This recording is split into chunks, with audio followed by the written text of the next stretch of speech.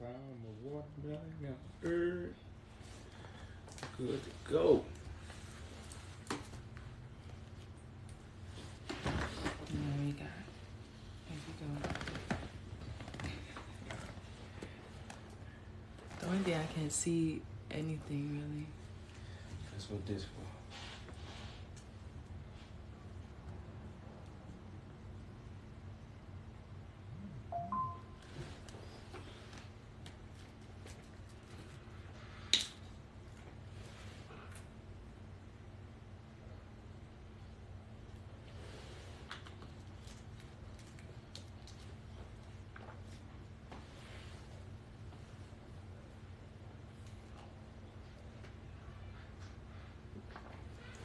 Peace, peace.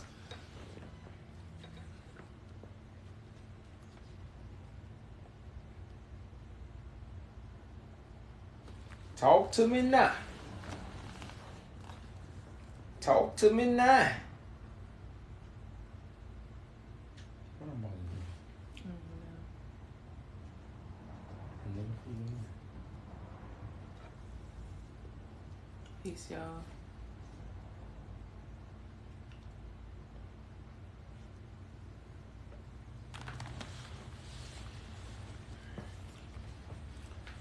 What's up, family? Peace, peace.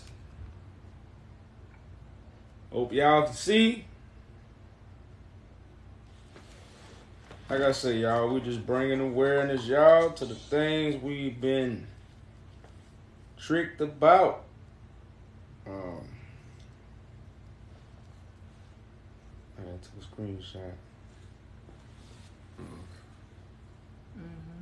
You seen it?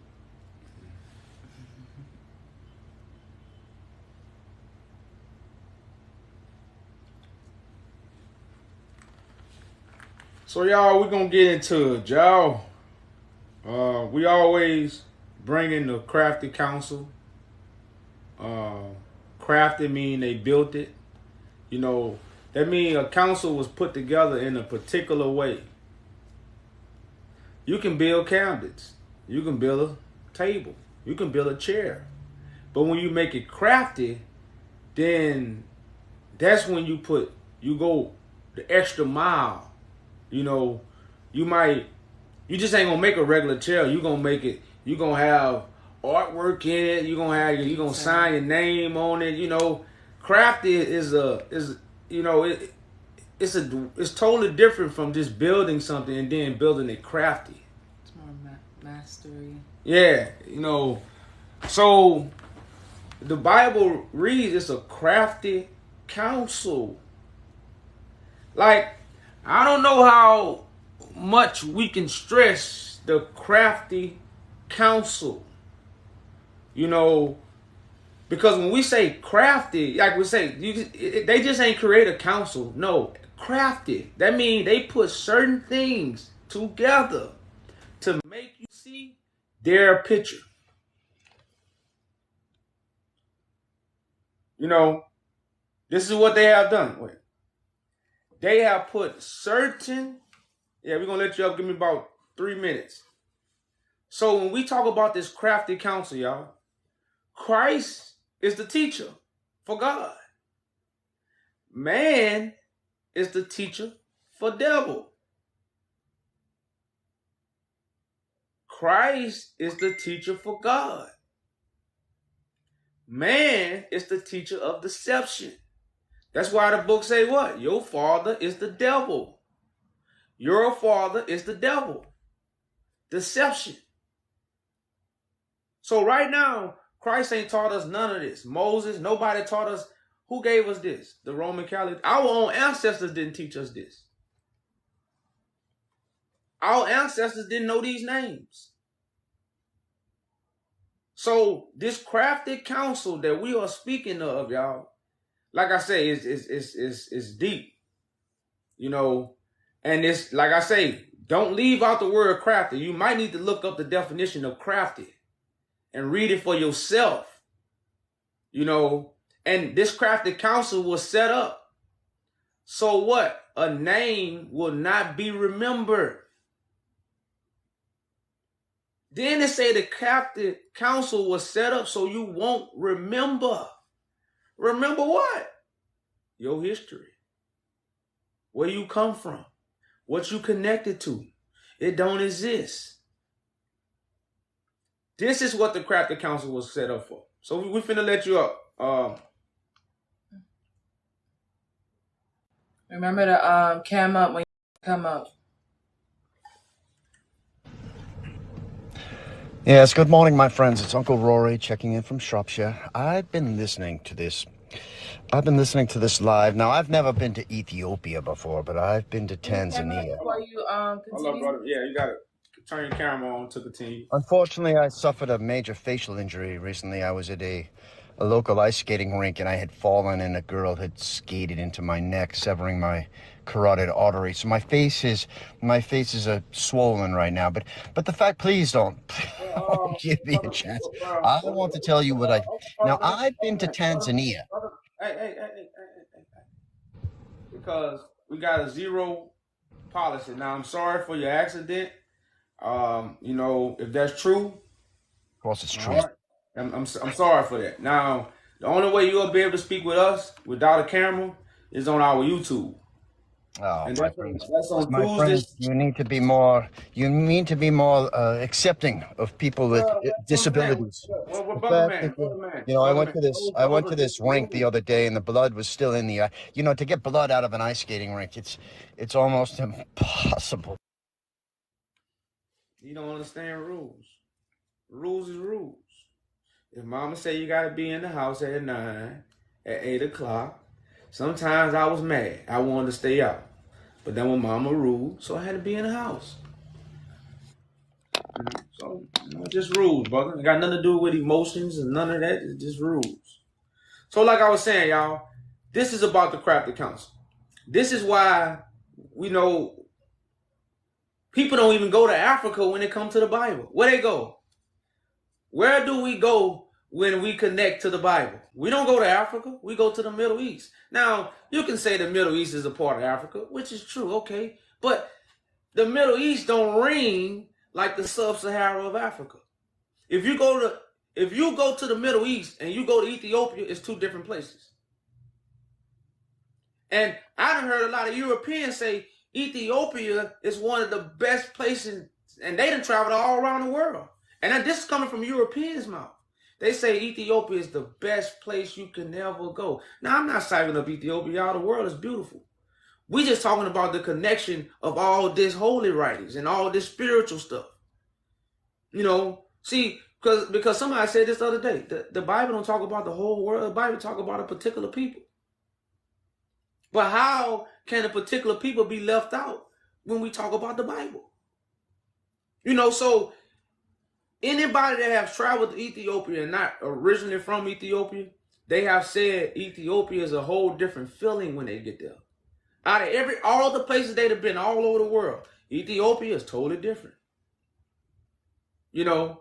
So like what we really talking about, y'all, we must understand that how can we be holding a book and don't talk about where it come from? And then people downplay Muhammad being in Abyssinia. We downplay that. Oh, Muhammad ran to Abyssinia. Well, if you understood, what was Tedros doing to Wallo? To the area of Wallo. Wasn't he persecuting? That's the same thing Yohanan was doing. So you had to get out of Wallo and come to who? The throne. So how we know Muhammad wasn't fleeing from Wallo? See, that's what I'm saying. Who changed all this and then put it together in a crafty way? So when you try to make an argument, people gonna have what? A safe place to go. See, Muhammad was right here. That's what they say. But then somehow he ended up in Ethiopia.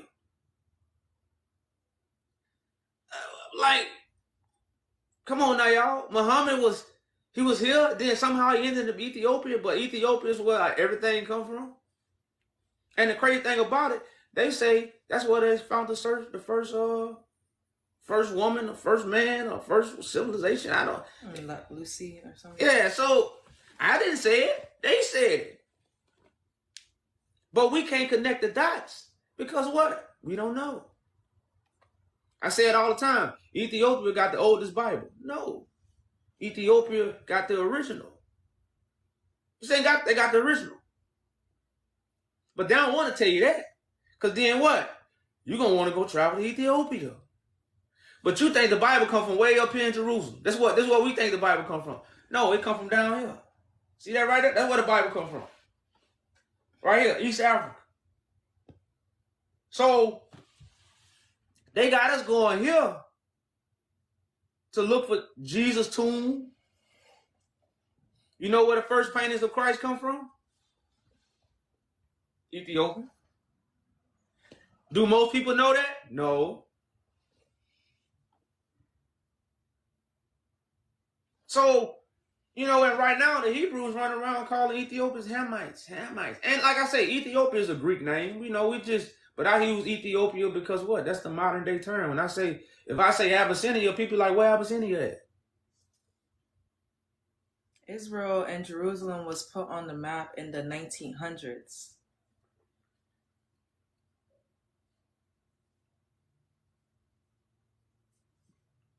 When was when they invaded Africa? 1868. The first time Africa was invaded? Yeah. Yeah, the first time Africa was invaded was 1868. You know, the first time Africa was ever invaded was in 1868. You say Biden will fix it. You know, Moses married an Ethiopian. So like what I say, like, it's just things, man, you know, we haven't considered. That's why we can't put the puzzle together. We still, if you can't see the picture, then what? You blind. But why are you blind? People going to Jerusalem. You know why the Hebrews ain't talking about going to Israel no more? You know why? Because it ain't Israel. If you got y'all, just hear me out. Say you got 100,000 members. Say you got 10,000 members, right? If each one of them members give you $100, you know how much money that is? Now say they do it 5 times. You know how much? Say each member give you $100 20 times. You know how much money that is? So you can't, and then if everybody was to get rid of their resources and go back to Africa, you know how much money that is? So if you got that many members, why are you not moving? See, everybody was awakened to go back to Israel. All the black people in America was told to go back to Israel when they found out they was connected to the Bible. See, you got to understand the trickery. Understand the trickery, y'all. At the time the awakening came to black people in America, they was telling us to go to Israel. We wasn't looking at Africa. Just imagine 9 years ago, 8 years ago, we was looking to Ethiopia. Where we'll be right now. We'll be in Ethiopia. But we was looking to Israel. You know how many black people that went to Israel thinking this is the promised land and this is the prophecy being fulfilled. It's in Israel. You know how many people went there? My first speech in D.C., actually in Maryland, was at a man restaurant. He went to Israel. Guess what? He was back? Back in America. Because he found out it was false. So, like I say, this crafty counsel, when you read the Bible and see Israel, and you look on the map and see Israel, you going to look to Africa or you going to look right here? 99.9% of the people going to look here. And then you're going to have to settle down, ask yourself, you know, is this true? So we got to understand how our awakening got shifted because of what? The crafty counsel. So many people went to Israel. Now the Hebrews not even looking to Israel no more. They don't even, do anybody hear the Hebrews talking about Israel? They still on the corner preaching about Christ coming from the sky. But Do you hear any Hebrews talking about Israel anymore? Or going to Israel. They got 20, 30,000 members. IUIC and Shit, you can get $5. in That's Ghana. what. If you get $5 from each member, that's 180. 5 times 3, 150,000.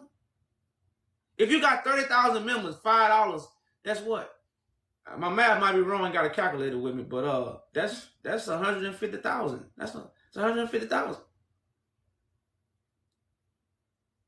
That's just $5 from 30. If you got, you got to understand how organizations work. The more people, the more money, because all they got to give is $5. You know what you can do with that kind of money? That's just $5. You can give $5 a week, and every week you got what? 150,000. That's just $5. You know how people is when it comes to God. They're gonna get way more than $5. Some people gonna give 5,000. Some people gonna give 500. If I see made 50 million just last year, I got the paperwork. You see what I'm saying? So we gotta understand how movements, and that's why I say people mad at me because my movement is to judge the Roman Catholic Church. I'm not gathering people, telling them to come listen to me and join this. Nah, we got a movement. You only gonna join this because you can help or you righteous. That's it. You either righteous or you elected to help. That's why you're gonna join this. But you're not gonna join this, put a t-shirt on and all these things and shit. Wait on somebody to crack the sky? Come on, man. That's why, again, the Hebrews don't talk about Israel no more. The Hebrews are the concentration camps, y'all. You know how they say they're going to hold us in camps? Like I say, y'all, I went through the same, I heard the same thing y'all heard. You see what I'm saying? So, in my awakening, like I say, I want to say I awakened the same way because everybody's journey is different. But we hear the same thing. So the concentration camps that's holding our people, what they call them? Hebrew camps. Ain't we the Hebrew slaves? But if you in the camp, I can't even talk. The camp members don't even talk to me. They bring shame soon as I walk up. Soon as I walk up, it's shame. So we got to understand we in the concentration camps right now. Because like I say, y'all, we not looking for all our people to hear us. All our people not going to be in government. But the people that can really govern our people, guess where they at? In concentration camps. Church is a concentration camp. Religion is a camp. And the Hebrews is a camp. The Hebrews is the stronger camps because they got the youngsters with all the energy. The old people, no, we need these youngsters with the energy. The will, the want to. They want to get up. But guess what they're at? They're in concentration camps because of the crafty counsel that's been put on them. That's what I'm having to. That's what I got to ask the Hebrews next time I talk to them. What happened to Israel? You got 30,000 members, and y'all can't get to Israel? Shit, IUIC got a jet. They could be picking people up. They could be picking people up. And I know they got enough money to get a couple cruise ships. Shit, the government, see, if you go to the government right now with that many members, that's why they got what they call the church. That's why I said we gotta look at stuff deeper. The church is what they call that document. I don't want to say UC1. What the churches got? A 501c. A 501c is because the government give you money because you got an organization. So that's right now the camps got. They got one, so the government will give them money for boats. Like I say, y'all, if you got 30,000 members, $5 a week can get you $150,000. And guess what, y'all? We got cash out, so $5 ain't hard to get these days. $5 like getting a quarter. $5 like getting a nickel now. That's a nickel. So 30,000 members give you $5, y'all. Again, that's 150,000. In 4, that'll be what? That'll be 200 in a month. That's 300. That's $600,000 in 1 month. You got a calculator. Keep doing the math. So you got $600,000 in 1 month. This is with just $5. So in 12 months, you got what? 7 million, or is it 700 and I don't. Like I said, I ain't that good, y'all. But you know, I know 12 times 6 is 72. Now I don't know how many zeros you put on it, but it's a lot of zeros in 1 year. You know, so we gotta understand, y'all. That's the kind of money, and it's way more. I just use $5. You know, so that's why these Hebrew camps not talking about Israel no more, because what they tricking us. It's a plan, but like I say, everything is God's plan, but it's a plan to keep us what? From looking to where we supposed to look to. You know where the unification of Africa is at? You know where the African Union is at? Ethiopia. You know where the throne of David at that Christ sit on? Ethiopia. You know where the royal priesthood that the Bible is connected to? Ethiopia. But what we looking to? Jesus was born in Jerusalem. Crafty counsel. The Bible say Jerusalem, so I'm going to put Jerusalem on the map. I'm not going to let them know Jerusalem ain't got the oldest Bible.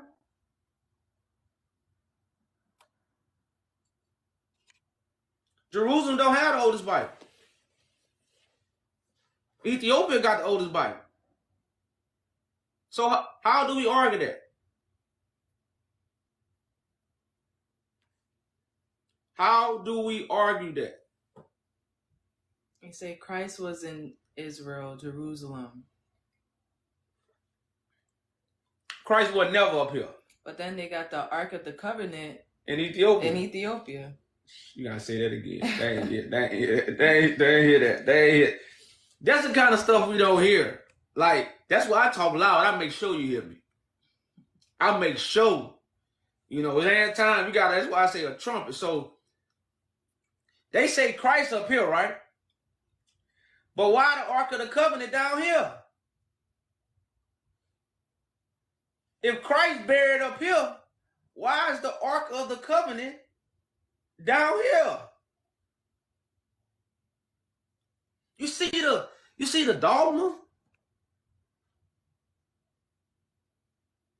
See, they put the good food on top of the table and they just threw us the scraps, which was their craft, which is deception. And they so-called discovering some things till this day. Remember that video with some guy? I forgot where he went, but he said he found the where Moses split the Red Sea or something like that. Oh, in Ethiopia. But they just say they're still finding out things, but they making it up, digging stuff and calling it things that's in the Bible. And they're putting dates on it.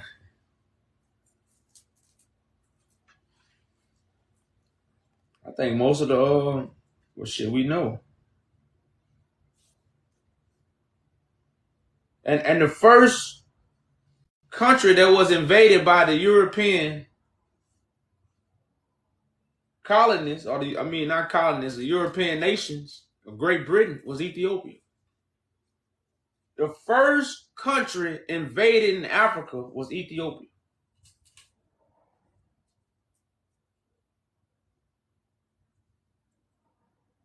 Should I say it again? The first country was Ethiopia. Now, they had other places where the Europeans was in cahoots with Africans, but to be invaded, looted, killed with guns, Ethiopia was the first place. Everything else was dealing with trade.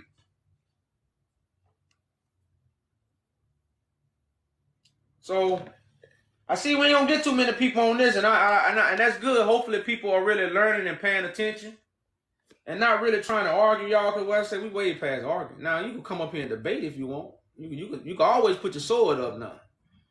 You know, God is a mighty man of war, so you can put the sword up. But you know, it's time for us to really, y'all, hearken again.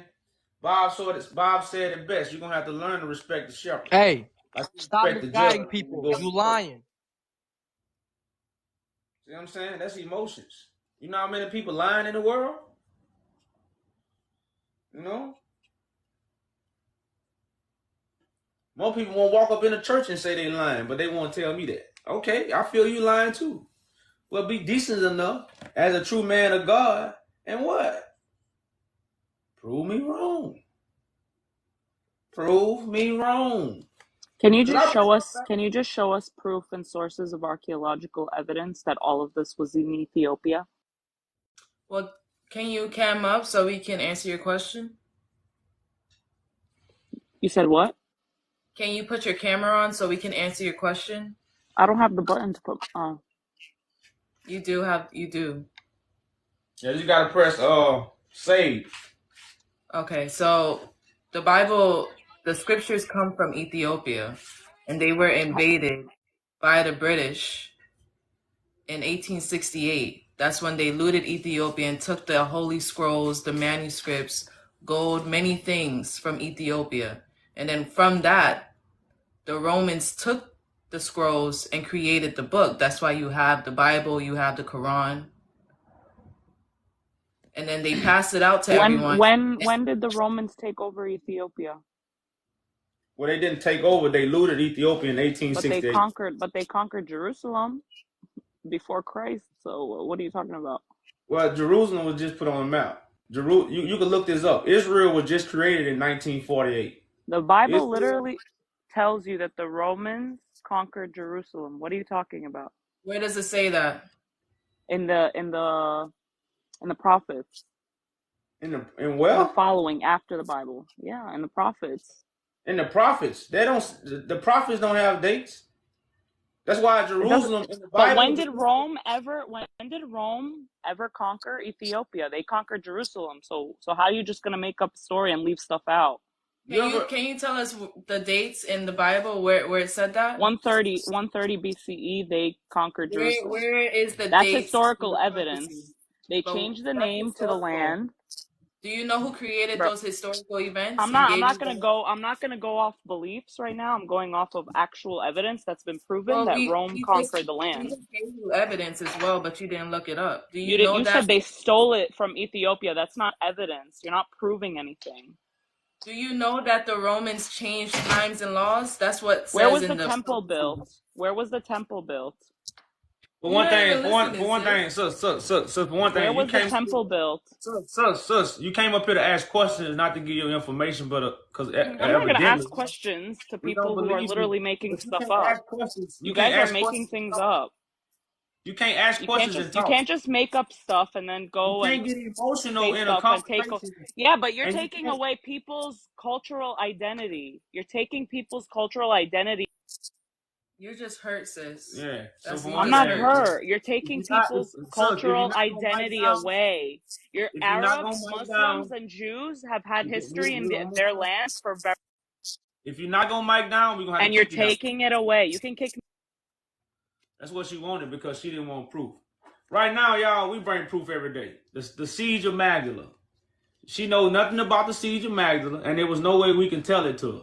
If you go look up the siege of Magdala right now, this is proof that Ethiopia was looted with treasures, artifacts, and manuscripts. Nobody knows about the siege of Magdala. Most people you talk to, they don't teach it. Nobody teach about the siege of Magdala in history. And Jewish isn't the real Jews. Like, we already know that. So y'all can't come up here and... We know the Bibles ain't talking about you say we taking our dinner. You think black people... Hello. Peace, Good peace, peace. afternoon. You think black people identity ain't been taken? Ain't we talking about we taking identity? No, we taking back what belonged to us. That's all we doing. Hello, good afternoon. Good afternoon.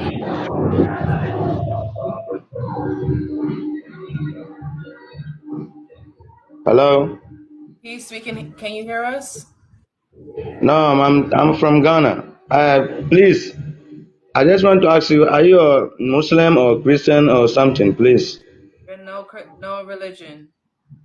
No religion. No religion. So you don't worship nothing. We worship God. We believe in God, but we are not in a religion. Nice to hear that. Nice to hear that you believe in God. Nice to hear that. Nice. And he said, I just saw something. That's why I joined the live. The real Mecca, Israel, Jerusalem is in Ethiopia. Right. So how come? How come I want to learn something? Because anytime we need to learn, maybe you are in this life, you need to know something. It's not everything you know. So I'm here to learn something with you guys. So how come the real Mecca in Jerusalem is in Ethiopia? I just want to know because I never know. Okay, so when we ask people, where does the oldest Bible come from? Bible, The oldest Bible. the oldest Bible, Yeah, where does it come from? the oldest Bible is not come from Ethiopia. The oldest Bible come from Ethiopia because the original Bible come from Ethiopia. The Uh-huh. Ark of the Covenant is in Ethiopia. You see what I'm saying? The Okay, first okay, I painting understand of you. I Christ, understand you. yeah, the Mm-hmm. first painting of Christ come from Ethiopia. The first church that was ever built, and they still can't explain how it's built, still to this day, is in Ethiopia. They say angels built it. So Ethiopia is where all this stuff originated from. But in the 1900s, Great Britain set up a crafty council to deceive the African people about where this come from. So now when we go back to visit the Bible, we go to the Middle East instead of Africa.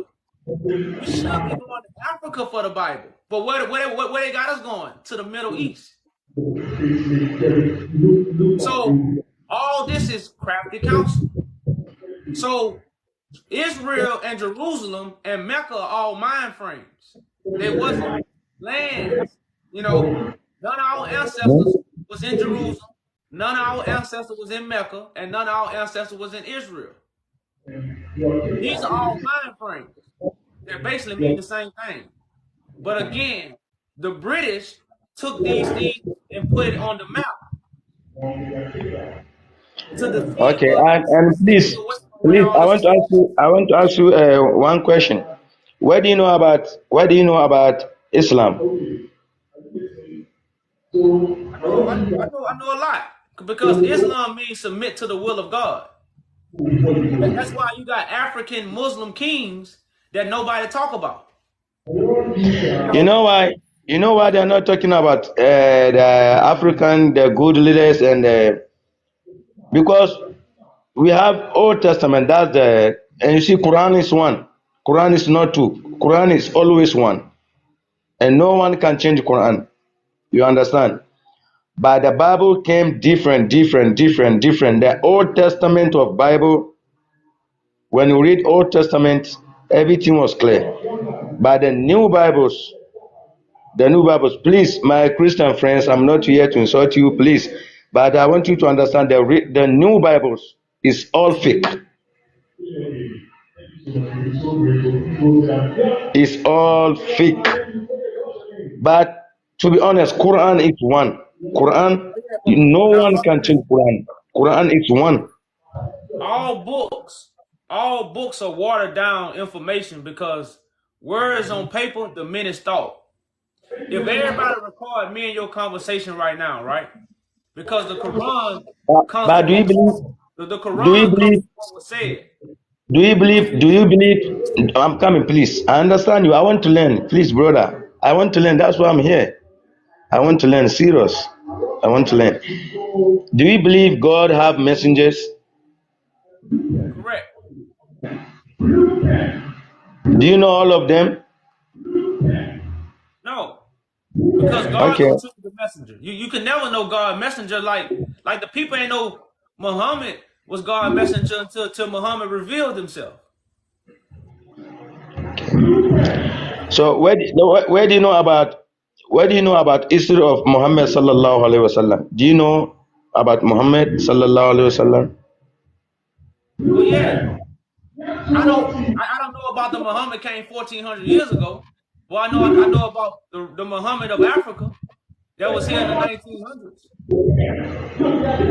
You know, Ethiopia is the oldest country in history.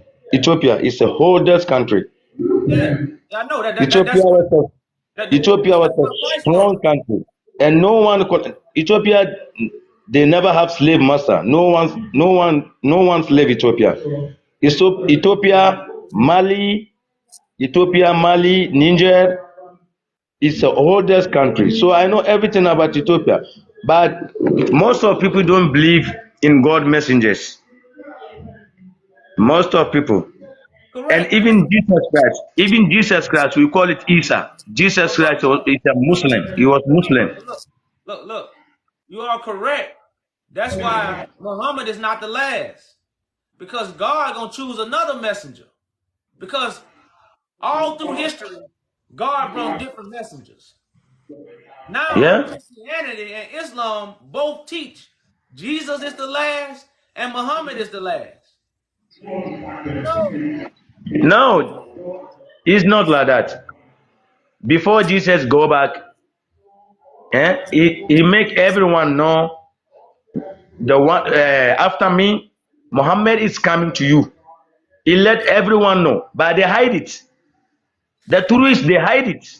They don't want to show people because of their self-interest. They hide everything about him. And even Isa, Jesus, we call it Isa ibn Maryam. And Jesus, we call it Isa ibn Maryam. Jesus is also a Muslim. It's Isa ibn Maryam. Before Jesus go, he told them, after me, Muhammad sallallahu alaihi wasallam is coming for you. He Hey, told them, but they hide hey, it. look. Okay, look. Now, do you know who this is? I don't know him. To So be how honest, do you I know don't know the him. Muhammad? So how do you know the Muhammad of 14? Do you know who this is? This is not Muhammad because no one have Muhammad picture. No one have. Okay. Hold up, No one. hold up, brother. How do we know this is not Muhammad if you don't know Muhammad? Because of Muhammad sallallahu alaihi wasallam never have a picture, and also Isa alayhi salatu wasallam never have a picture. But No one have his picture. No how, one. To be honest, brother. how do you know that if you don't know Muhammad? You don't even know this man. He got okay. This man got a picture. You don't even know him, but you know somebody from 1400 years ago. Because why? There Brother, was crazy people. everything is in the Quran, and the Quran is perfect. Everything is in the Quran. Brother. Okay, I all learned right. everything in the Okay, Quran. brother. Okay, all right. So show me in the Quran where it say 1400 years. Show me in the Quran where it say Muhammad was here in such and such date. Because now you taking information you're not getting from the Quran. Because when you say 1400 years, that don't come from the Quran. Brother, listen, after Prophet Muhammad sallallahu alaihi wasallam dead, Nah, brother, I don't want because to hear listen, opinions. Hey, no, hey, let me listen. show you. No, we try to Hold up, understand each show other, me. brother. We try to understand each Listen, other. hold up. Let me For tell one you thing, what I know. listen, this is how this gonna work. You're not gonna, when I ask you a question, you're not gonna give me an opinion. You're gonna have to give me facts to stay up here. So I want It, you, yes, hold up, of course, this I'm is what going I to want give you you to a do. fact. Brother, this is what I want you to do. Bring the facts of where you can prove Muhammad was here 1400 years ago from the Quran. That's all I want you to do. I don't want your opinion. I don't want your knowledge. I don't want your wisdom. Bring the facts from the Quran, because you said the Quran is true. You didn't. I know man is a liar. The Quran is true. So show me from the Quran 1400 years ago. And okay, okay, brother. I want you to know something. Before all the messengers, and I'm coming. Listen, calm down, I calm don't down, want to listen. Brother, listen. I don't calm want to down, listen. I want you to calm show down, me. calm Hey, down, calm down. I can no, even you show you not. without holding Hold Quran. on. No, Hey, I can hey, even show you. It's in my head. I learned it. I can even show you without holding Quran. I can even show you without holding Quran. All the messengers before all of them came, each one of them know about Muhammad sallallahu alaihi wasallam. Each one of them so know about Muhammad sallallahu alaihi wasallam. all right, brother, man. All right, thank you for coming up. Thank you, thank you, thank you. You are welcome, brother. Peace, peace. Nobody can prove the fact. That's why if you don't know that Muhammad we put up, then you don't know the Muhammad from 1400 years ago. You just going off what? That's why we talking about this crafty council.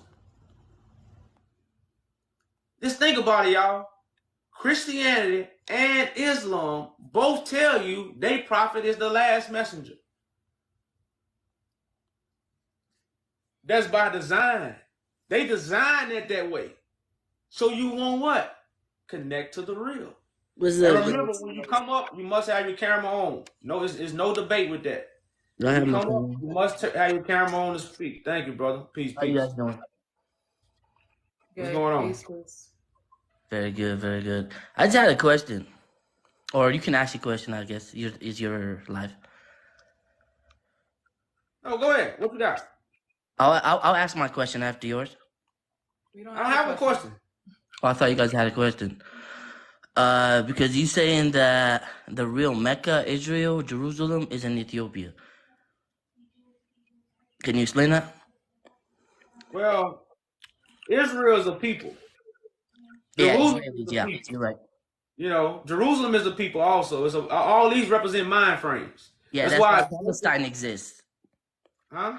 Palestine. We don't even Israel doesn't even exist in the Arab world. Well, that's my point. But to the world, it exists. Because they make it like that because they don't even actually know the truth. Oh, well, my point. But that's what I'm saying. So all this stuff come from Israel. Great Britain created a false narrative. That's right. So when people hear these things, Israel, Jerusalem, Mecca, they go to the Middle East. Yeah, but They don't go to the original place. what Where does it's Mecca have to do with Ethiopia?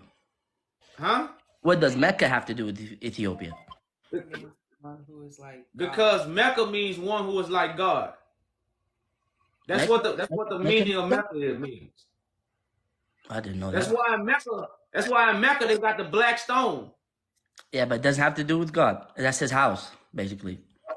No, brother. David, the house of David. You gotta hear me out. Okay. You ain't. I can't even talk. Sorry about that. So Christ is the rock, as it says. Christ is the rock. Okay. Christ is the stone that the builder refused. Now the throne of David is in Ethiopia, not in the Middle East. So Christ was nowhere in the Middle East. Christ would be coming from Ethiopia, where the first paintings of Christ come from, where the oldest Bible come from, where they say the Ark of the Covenant is at. You see what I'm saying? Also, where the Solomonic dynasty come from, which is what? From David. So Christ would be right here. Okay, but you still haven't explained Mecca. Because Mecca is one who is like God. But you saying David created Mecca? David created it? the meaning of The Mecca. meaning of Mecca. Okay, the meaning Mecca, he created it. Mecca was called something else. Like Mecca wasn't Mecca in the 1800s. That place wasn't called Mecca in the 1800s. Who created it? Huh? Who created Mecca? Great Britain. Tell me that. No, not Great Britain. Nothing like that. Has nothing to do with Great Britain, brother. Who created it? Well, Abraham. okay, you might be You know right. Abraham? Prophet Abraham? No. You've heard of him? Hey, brother man, where does David come from? Where does David come from, Abraham? Where does David come from, Abraham? Huh? Where does David come from, Abraham? Yeah, David and Christ, all that's Abraham. That's not the same person, though. Yes, it is. Abraham Abraham is way brother, before Musa, brother. It was before Moses. listen, Abraham is not real. Abraham is allegory for a people. Oh, that's crazy, brother. I That's know. very I crazy. I can prove it. Go ahead. It's in the Bible. It's in the Bible where it What says Bible? Which Abraham Bible? is allegory. Which The Bible is Bible this? says, huh? Which Bible is this one you're talking about? Because there's many Bibles. All Bibles say Abraham is allegory, brother. Can you show me? You say you show me the proof. You got your Bible? No, you have a Bible, right? I say, do you have one so you can follow along, brother? That's all. No, brother, I don't have one. I'm a Muslim. Oh well, I guess when I read, you're not gonna be able to follow along. Yes, sir. I could listen. Yes, sir. Okay, right now I'm going to Galatians chapter 4. What is it? Galatians chapter 4, verse 22. Yes, sir. I'm writing all this down so I can go search it later on. Okay. So it says, for it is written, because Moses taught about Abraham. Abraham didn't write it, Moses wrote it. But Moses was a prophet speaking in parables. So now this is the explanation of the parable of Abraham, which is connected to people. But I'm just going to read it for you. I'm in Galatians 4 and 22. So it says, for it is written that Abraham had two sons. It's written. It's not proven. It's written. The one by bondmaid and the other by free woman. Hagar and what? Rebecca. I'm sorry, not Rebecca. Hagar and Sarah. So it says, but he who was of the bondwoman was born after the flesh. So the bondwoman, which was Hagar, represented a fleshly man. Fleshly understanding. Then you got what? But he who was but he of the free woman was by the promise, Sarah. It says, which things are in allegory. For these are the two covenants, the one from Mount Sinai, which generated bondage, which is Hagar. For this Hagar is Mount Sinai in Arabia, and answers to Jerusalem, which is now in bondage with her children. So Jerusalem is in what? Captivity, which are people. So Hagar represented what? The covenant that our forefathers rejected. So Abraham, two wives represent covenants, not two women. These are parables, allegory, metaphor. So it says, I'm in verse 26. But Jerusalem, which is above, is free, which is the mother of us all. A mind frame that's going to give birth to us. That's why the Bible talk about a new Jerusalem, not the one on the map. That's why Christ say it's going to be a time where you're not going to worship in Jerusalem, because it wasn't never about a map. They lied to us. So it says, for it is written. Well, I can stop right there. So that's what I'm saying. So we don't understand the allegory writings of the Bible. We just got the story. So you correct. It is written that Abraham had two wives and Abraham had this. But what does it mean? This gives you the meaning of the allegory, because allegories are false stories with real meanings. That's what allegory means. A story that's not real, but has a meaning or a secret meaning. All right. And that's why I said that. I respect your opinion, brother. That's just how it is. And I respect everything you read, because it is from the Bible. I respect the Bible.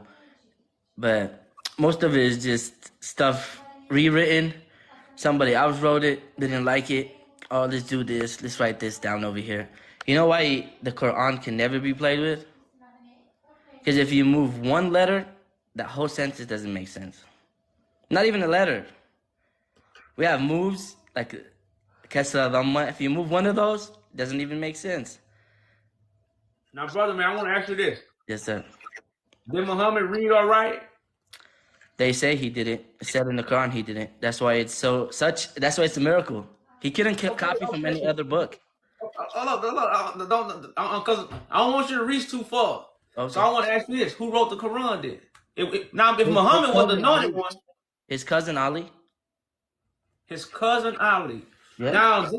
Now, did his cousin understand everything that Muhammad said, or did he just write it down? He wrote it down, and then Muhammad explained it to him, I guess. You guess. That's how it is. Not guess. It's facts. That's how everything got to us. So, you know, right now, if I'm speaking from the spirit, if I'm speaking from understanding, just because you write it down and you read it, that don't mean you're gonna know how to do it. You know how many people get furniture and they get the exact directions of how to put it together and they can't do it? Yeah. So the Quran is not even. It can't even be translated. You know, nobody can translate the Quran. I just want to say this, brother. I'm gonna give you back the floor. The Quran say believe in God in the last day. Many times, because in the last day, that's when the true instructions gonna come. Just as the Bible tell you, believe in the last day. So we just been lied to by religious leaders. So we follow them and come to their temples to hear lies. But the Quran and the Bible both instruct us in the last day. So what does that mean? That means the truth was going to be revealed to you then. You don't have the truth right now. Just because you read the Bible and just because you read the Quran, they never gave the truth. Yeah, like the Quran, it can't be translated. It's not about the translation. No, bro, you just said it's in metaphors. You're just saying that Abraham was a metaphor. It's about God. It's the same thing.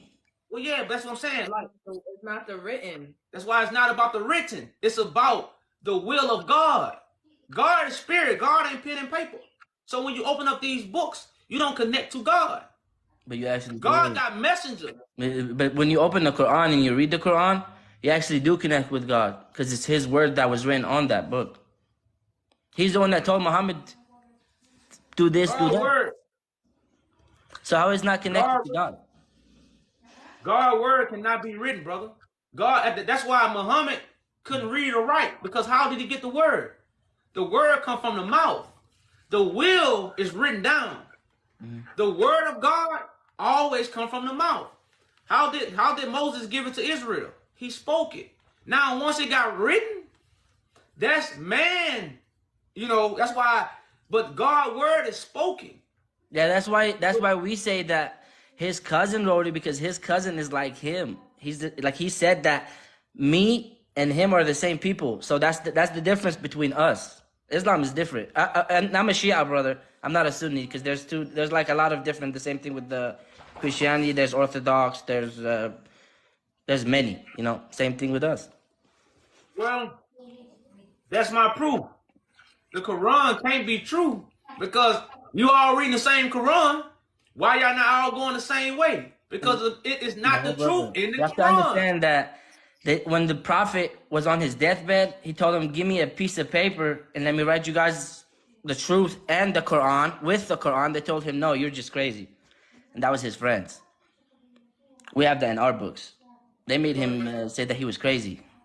He was an old guy, didn't know what he was doing, so you know what that means, brother? They ain't understand him. Yeah, they didn't understand him. I'm telling you that. His own friends didn't understand him. That's what I'm saying. So the words they wrote down, that's like Moses, for instance. Moses said a lot of things. He was rejected. You know, they called him crazy. So what they did to Moses' teachings, they distorted them.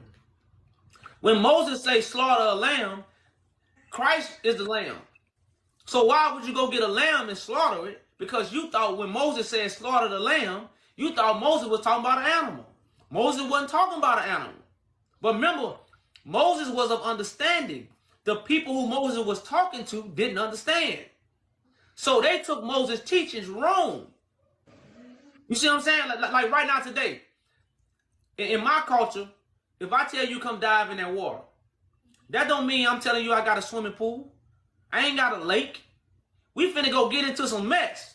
Yeah, but it was for Americans. Somebody put that on paper and say, Yaju told Adam to come dive in that water. And they passed it out to the world. Everybody in the world gonna say they must have had a pool in their backyard. They had a pool party. That's what people gonna imagine.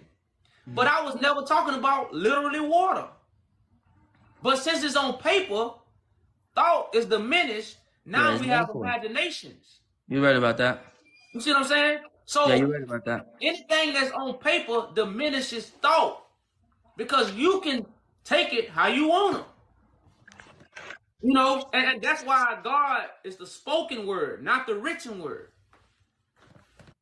And that's why God say, wait in the last days, because the messenger of God was going to come in the last days to stop the lies to create the new Jerusalem. And that's correct as well. Yeah. And that's all I'm saying, brother. I know this is something new. That's why we don't have religion. We don't teach or we don't reveal what religion has revealed. We reveal the truth that goes against religion. And no matter what religion you're in. I just want to reply to one of these guys. His name is Fauzi. He said, stop spreading this stuff. Bro, it's written in the Sahih Bukhari. And we Muslims believe Sahih Bukhari and Sahih Muslim are the two accurate books. And it says that in there. Why am I spreading lies? If I don't, bro, just know this. Anybody that comes on this app is an idiot if he doesn't know the information. You can't just be talking out of your head. I actually went and read that. If you don't know how to read your own religion, it's not my fault. It says that in your book. That the prophet was dying, and he told them, bring me a piece of paper, let me write you something. And they told him, no, you're crazy, bro.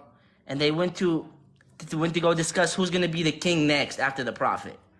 That's what his friends did, his best friends. And that's real. Well, yeah, bro, you can't worry about the comments, man. But we appreciate you coming up though, brother. Appreciate you guys too. Respect, my brother. Respect. Later, man. You guys have a good day. That was a real Muslim right there, y'all. You see how he didn't catch no attitude. He didn't agree with me. He didn't, you know, but his actions show he was a Muslim. Not religion. We didn't agree really on nothing. No, probably maybe a few things, but we was totally, you know, but his actions let me know he a true Muslim. And those are the people that's gonna what? Come to the truth. Not you ones come up here in your feelings because somebody said something about your religion. That ain't, we talking about God. Peace, Muhammad. Can you come up?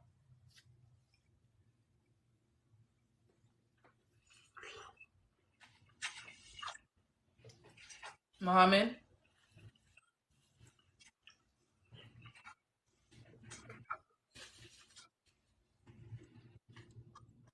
Get up, email one. No.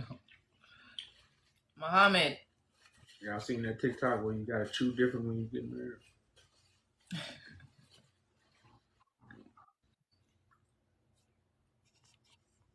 So y'all, like I say, y'all, the Crafty Council is real. These characters in this Bible, they not real. Muhammad mean the same thing as David, beloved. David mean beloved and Muhammad mean beloved. David mean beloved and Muhammad mean beloved. They took our stuff, divided it, and what? We all running to the same thing. We all running to God using religion as a name to divide us. I'm Christian, I'm Muslim. You both believe in one God. What's going on? Peace, peace. Greetings. I started following you. I was just scrolling through TikTok and came across your live. You're saying some great stuff. Greetings to the Queen. Peace. Greetings. You're absolutely on the right path. What you said about the spoken word versus written words, very precise, accurate. A few things that, well, not really disagree, but because we're all in different stages of the awakening, so what our eyes are open to at each different stage will be different. Because I grew up Rastafarian, then atheist, agnostic, went into Christianity for about a year, and then move on to Black Hebrew Israelites. And then throughout all those stages, I learned a lot, and I continue to grow and continue to progress, and eventually learn or comprehend that I shouldn't be afraid of change. Shouldn't be afraid of adjustment as truth is revealed to me spiritually. The truth cannot be proven with any evidence that is currently here or present or available, because of the fact that the truth is hidden and we have false evidence, false information that we use to support so-called truths that we have come to. So we have to rely heavily and mainly, primarily on the Spirit. So whatever evidence that we do find out there, we can find some to support what the Spirit reveals to us.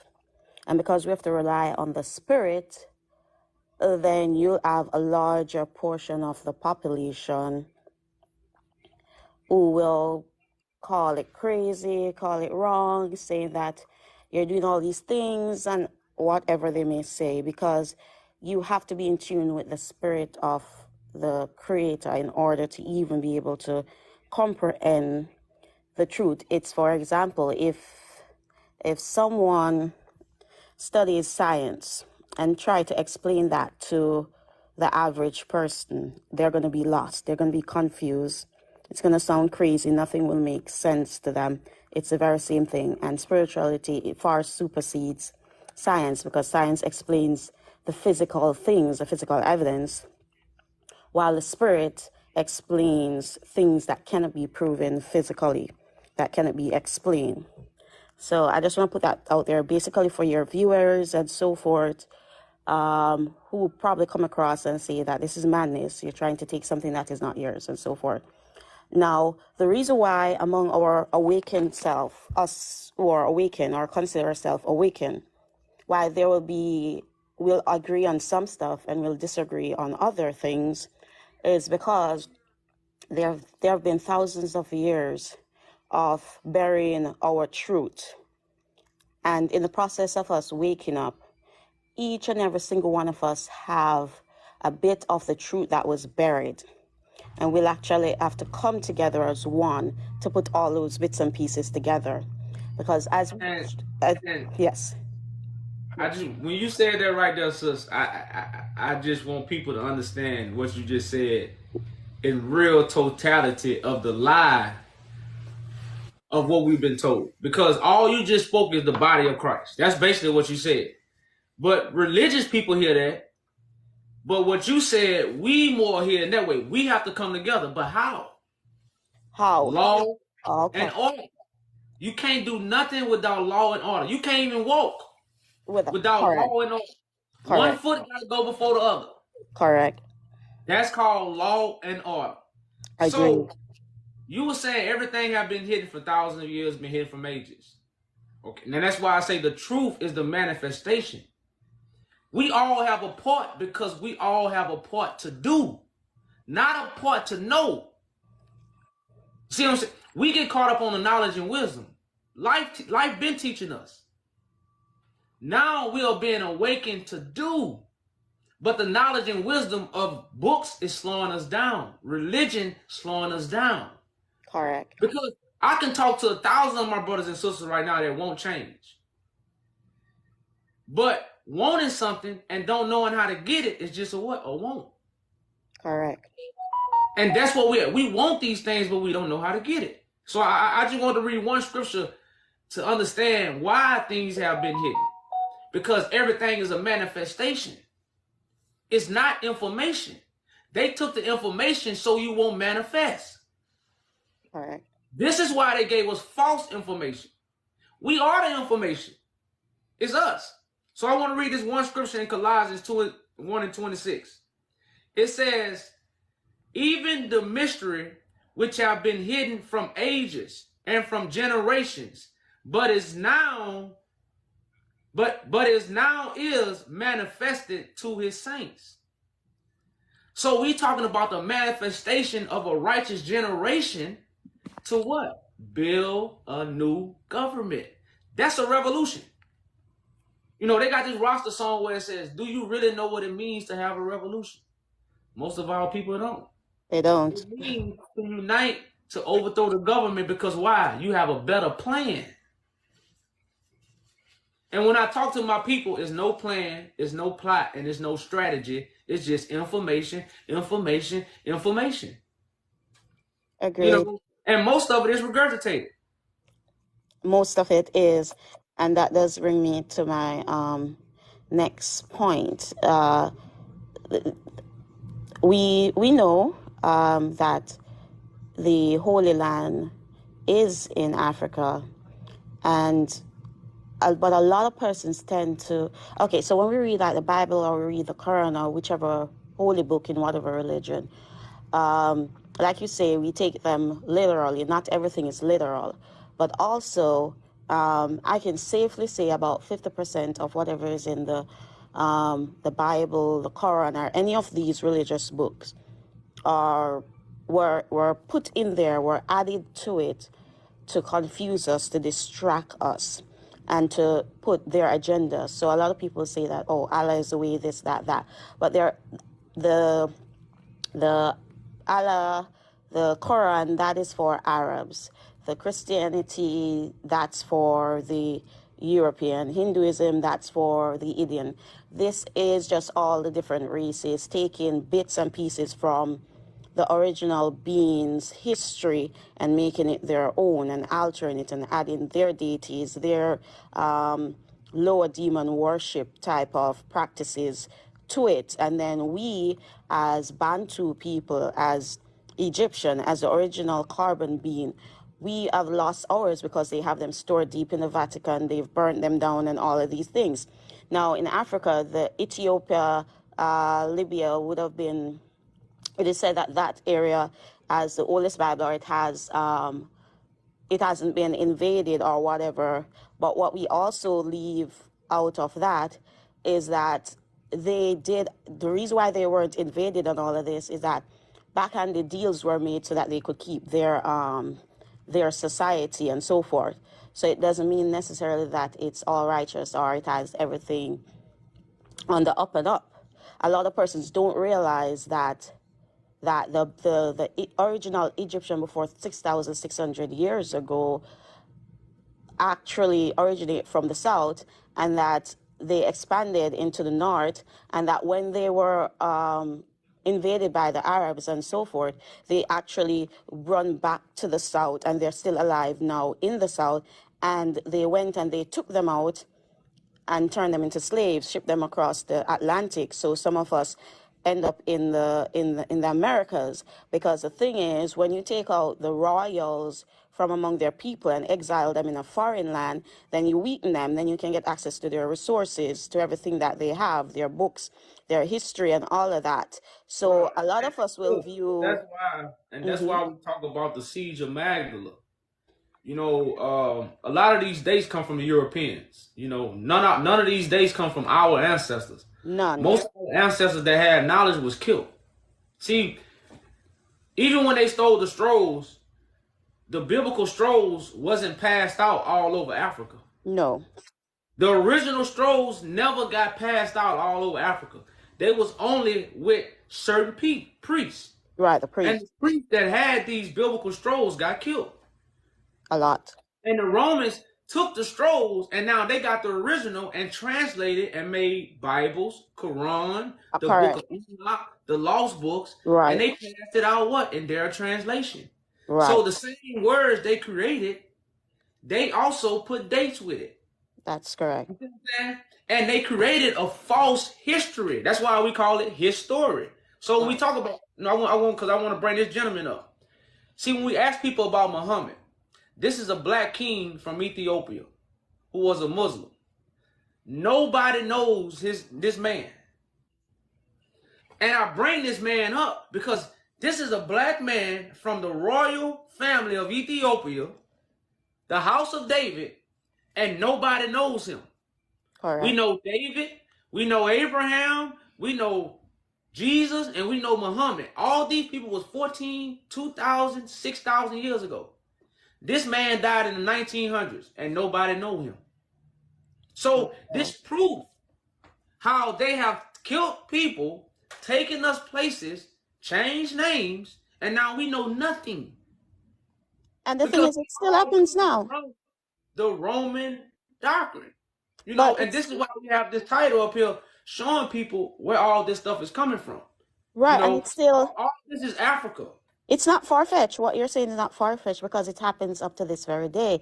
Even the first heart surgery that was done by a black man, he didn't get the recognition for it. It was given to a so-called white doctor. A lot of the invention, everything that was created by the carbon beings, but they didn't get the recognition for it because the truth was buried.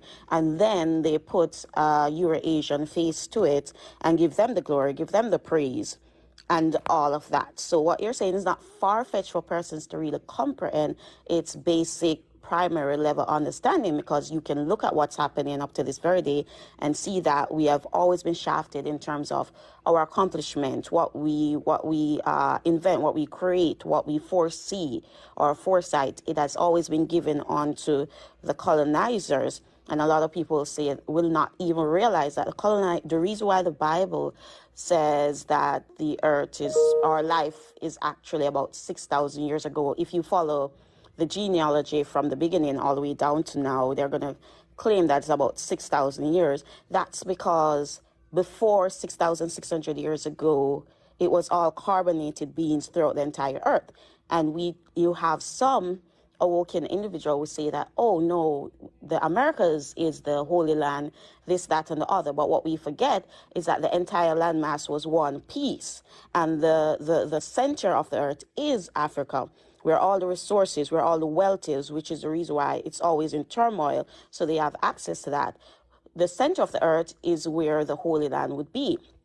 Now, but you will have a lot of us saying, no, it's Americas or whatever, but the entire landmass was together. So of course, there will be carbon beings throughout the entire earth because it wasn't 5 continents, 6 continents. But the thing is, the root of the problem is, or what is going to really get us to come together and establish a righteous law that is controlled by the spirit, by the creative force, and not by lower frequency thinking being, is for us to first understand that, yes, Africa is the Holy Land. 2, to also comprehend that we are the only, and for lack of a better word, we are the only humans on earth.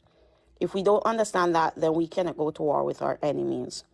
We are the only human. Every other species, every other race is a mankind. So they're a kind of man. And the evolution story that they tell you from apes coming up and all these things, it's true. It's just not true for us. It's true for them. That's why I say what I kind of, like we more the fathers and mothers of civilization. Like that's why we govern. Everybody else will be our kids because in the spiritual realm we birth them with the righteous acts we do. That's why we are called Israelites. We bring light to the world. And that's why right now the Pope is called the Father. The Pope is the father of civilization right now. But that throne he's sitting on is not. It's a false throne. It's actually taken from Africa. Right. So I understand what you're saying, like mankind, because in the spiritual realm they are birthed from us, and that's why everything comes from us. Okay, so I may disagree with you somewhat on that.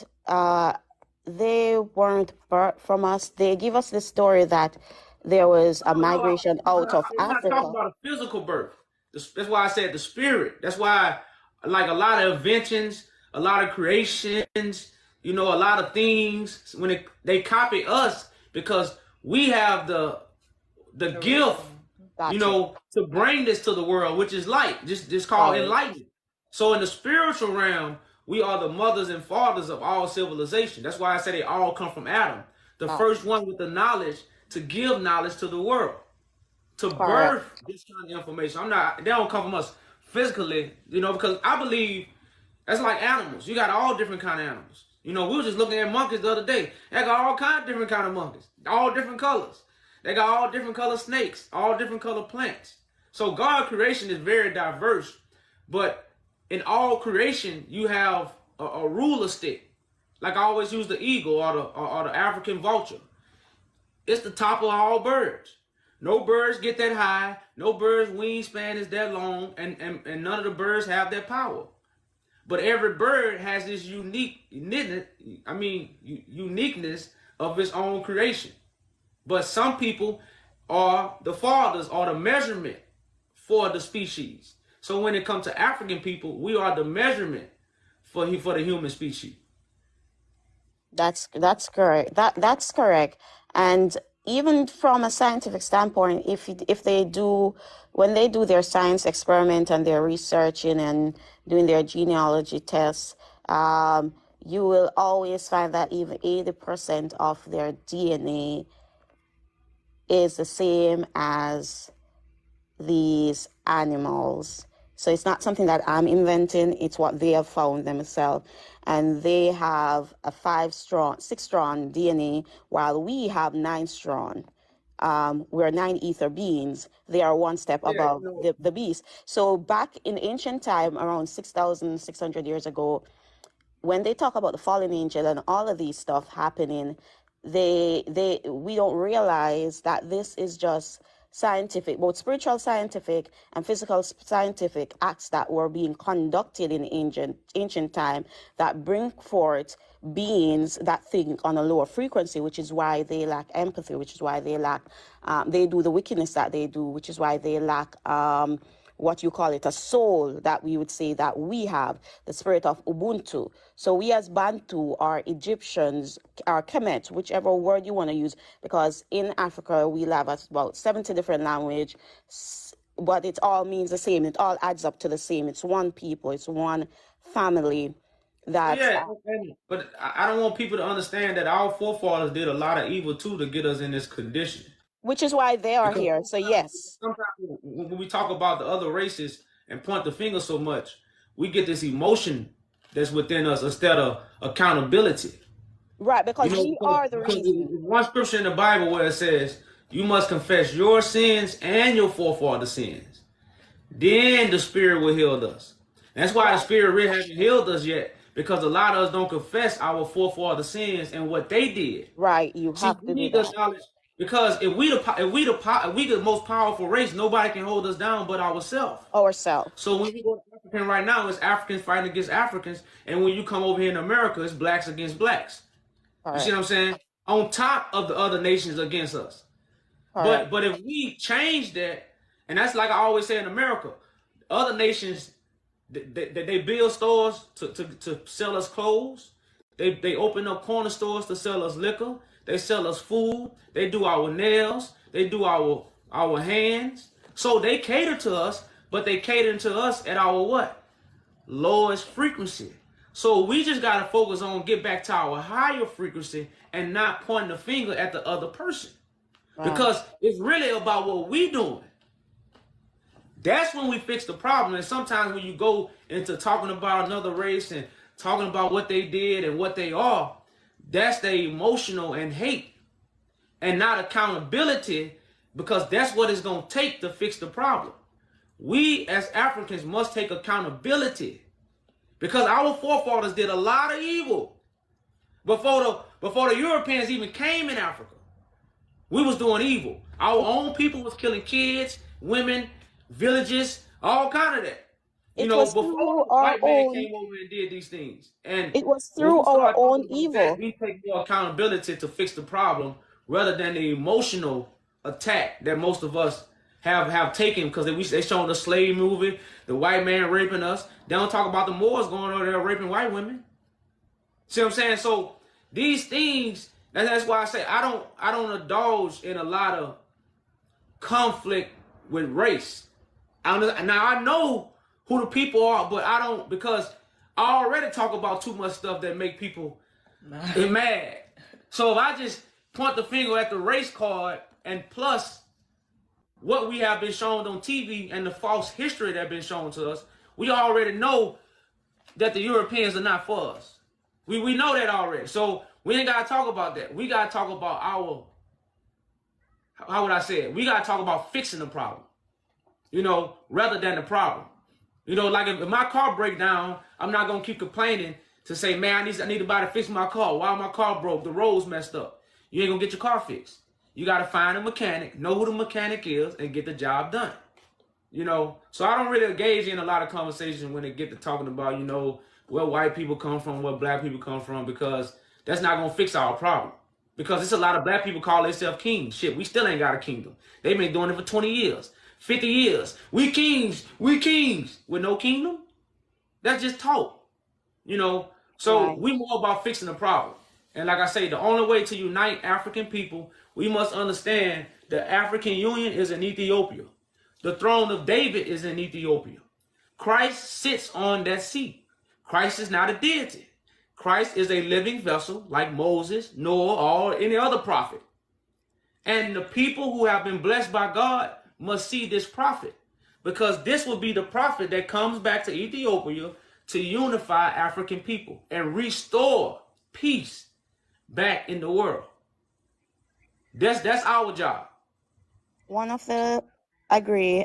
Before I go, one of the steps we need to take, and one of the first step we need to take in coming together and correcting the things that we have done in the past that bring forth these beings, or to restore our kingdom, as you would put it, is we have to, because word has power, and because the words we utter cast spells on ourselves, we've kept ourselves in this position using words that we think are positive, but actually there is negative entities tied to it that keep us bound in slavery, in terms of slavery of the mind, in terms of slavery of progression.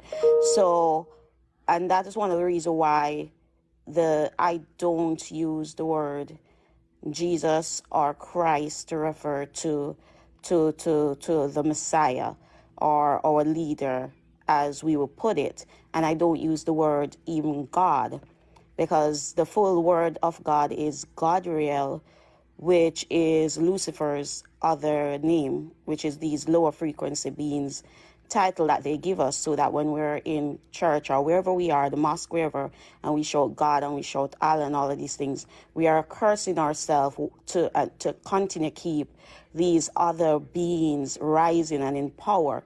So I go back to my ancestors. I go beyond 6,600 years ago to my ancestor and use the word that actually have positive power for us that my ancestors use. So for what people would call Jesus or Christ, I use his current name that he was being called by at the time that he was here. I use the name Misunderstanding.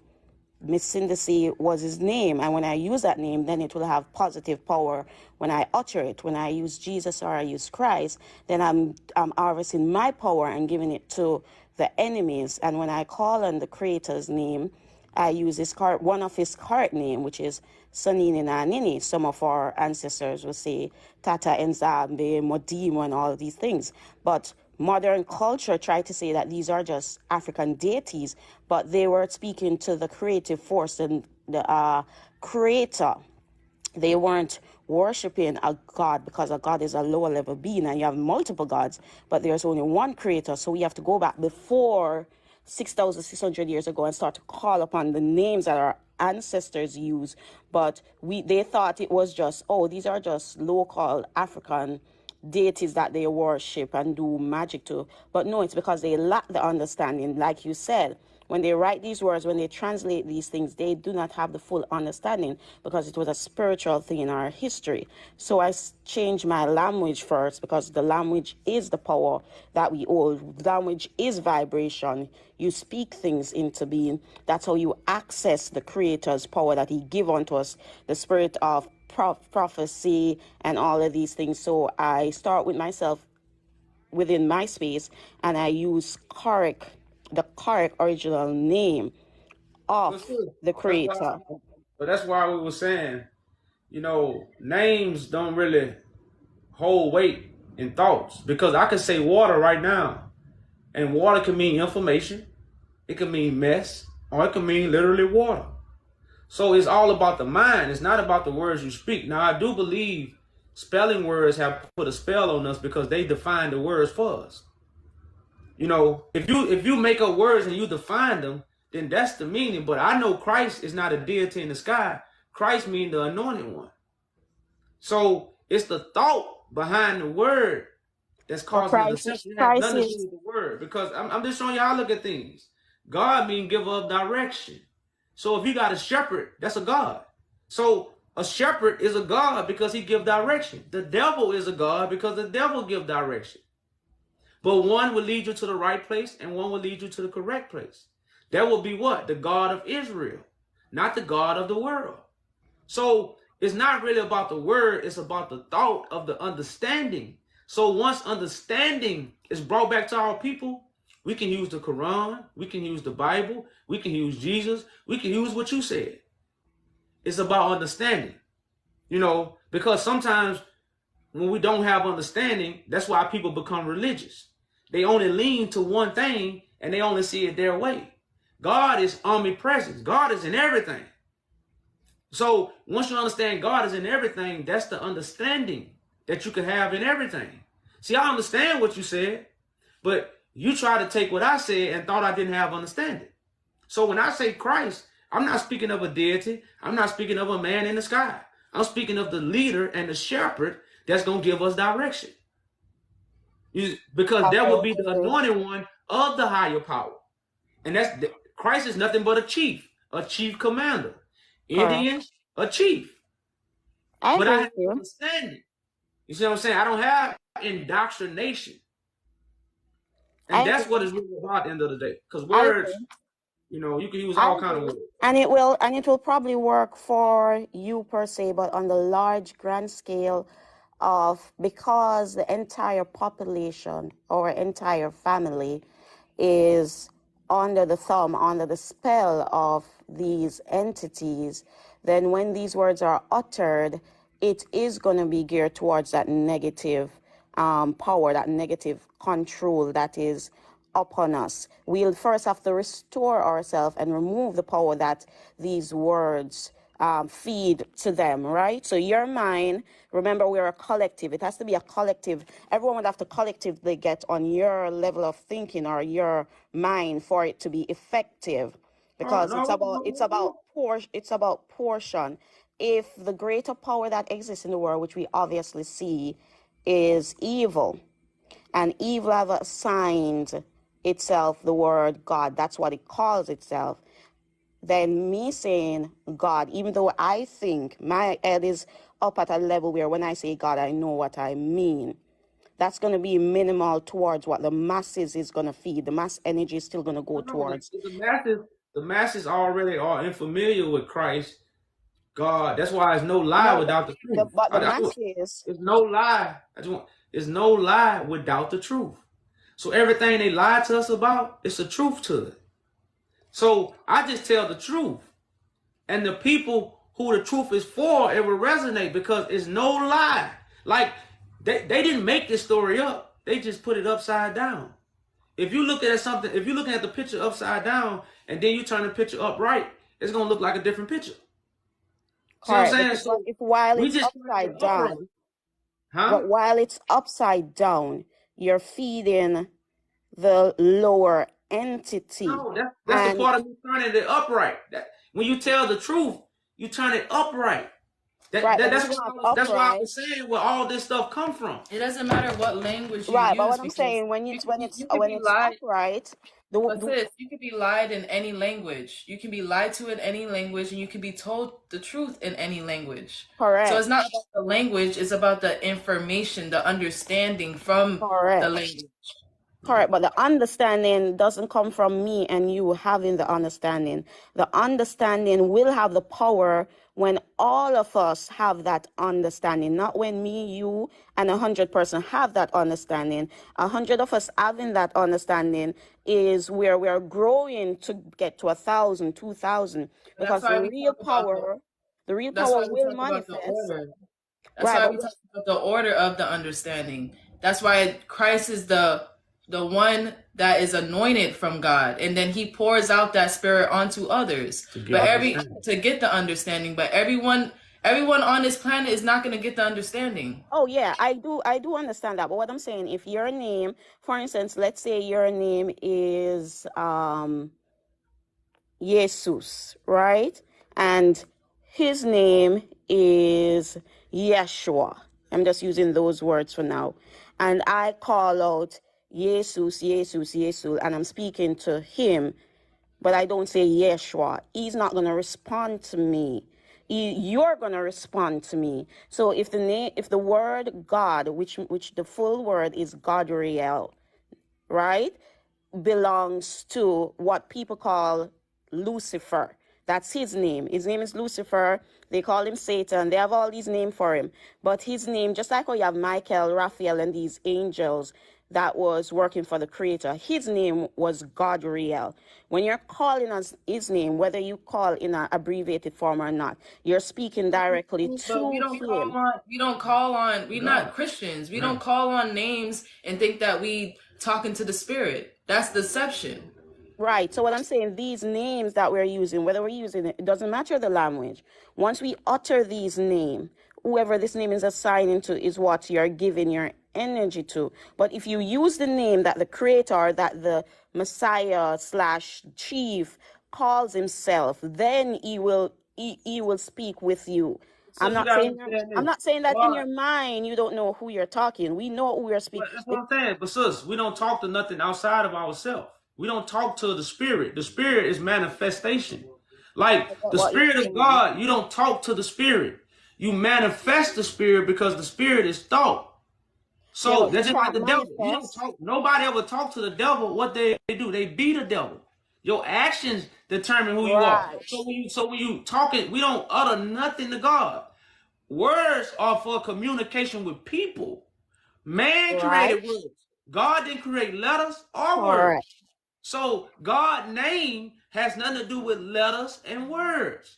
Okay, God's so his name has something to do with that's why you have thought, the God of thought. I hear what you're saying. Okay, so that's why I say we don't utter nothing to God. Like we don't pray, we don't get on our knees. That don't work. I understand what you're saying. So we manifest. I know, but what when you talk about letters, languages, all that's man creation. I know, but remember, you are the creator. You are the manifestation of the creator, right? We are the manifestation of the creator. Wait a minute. But remember, there are different facets of that manifestation.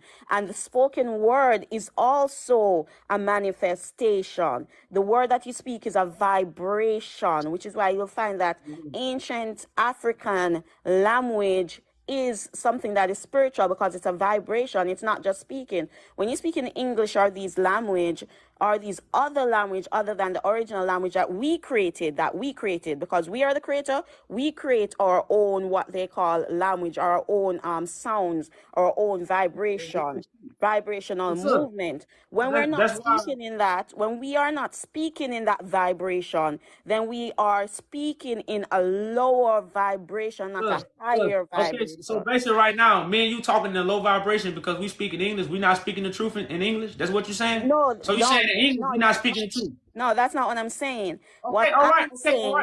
So guess what? If the truth can be spoken in English, then what are we talking about? We just gotta know what to say. Okay, what I'm trying to say, it's not about, I'm not speaking on the language right now, right? I'm speaking about the spoken word that you say. What is that assigned to? Who spoke that word? Who manifests that word? What I'm trying to say is the creator, which is us. We are the creator, an extension of him that manifests in this physical realm. Us that manifests here. We did not speak. The spoken word did not come from us for the word that you say is God, Christ, or Jesus. Our spoken word is Misunderstanding. Our spoken word is Sanini na Nini. That is what that's what connects us back to our source, to our power. When we speak. All right, I gotta use the bathroom.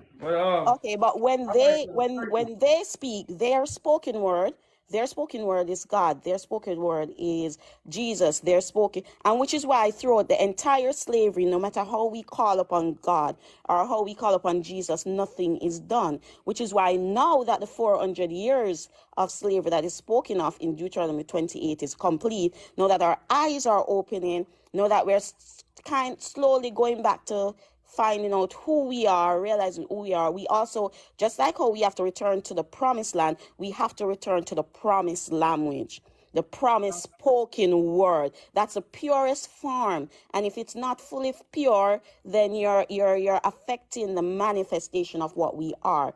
We cannot continue to use the words that they give us, just like how they say he's white.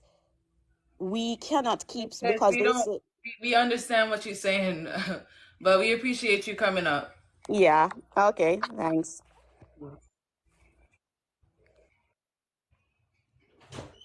Like we said, you can be lied to in any language. It's about the understanding. People can translate English to Geese. So this is about communicating with our people to unite. We can't unite if people don't understand what you're saying. That's why whatever we saying in English, we can get a translator to speak it in a different language. And if it's true, it's going to benefit our people. It's not about you changing the names and all that. It's about breaking understanding. That's not doing. That's just talking. The Bible says many God. It's one true God. So it's many people giving us direction. God is a giver of direction. You know, so it's many gods, but it's one true God. You know, so it's only one truth that's going to give you the right direction. You know, so like I said, that's just, but like I say, everybody want to teach what they are thinking. That's why it's one head. Because if everybody bought their thoughts, you know, it's going to be a bunch of confusion. You know, that's the order. That's why it's the order of Melchizedek. And we understand, like I said, everybody do got a part to play, but you got a part to do. And everybody's not the thinker. You know, but when you read these books, you become a thinker, and you just what? Giving your imagination. You know, and that's not what it's about. It's really about law and order. And you can't speak out of turn. And some people, that's why they say the truth hurts. You know, like I said, we say all the time, the truth hurts. Peace, can you cam up?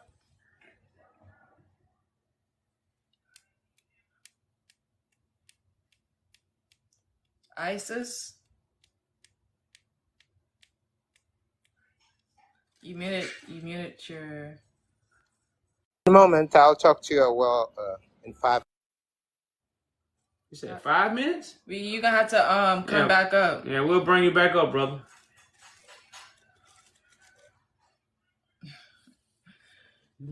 Yeah. No. You know about this? Mm-mm.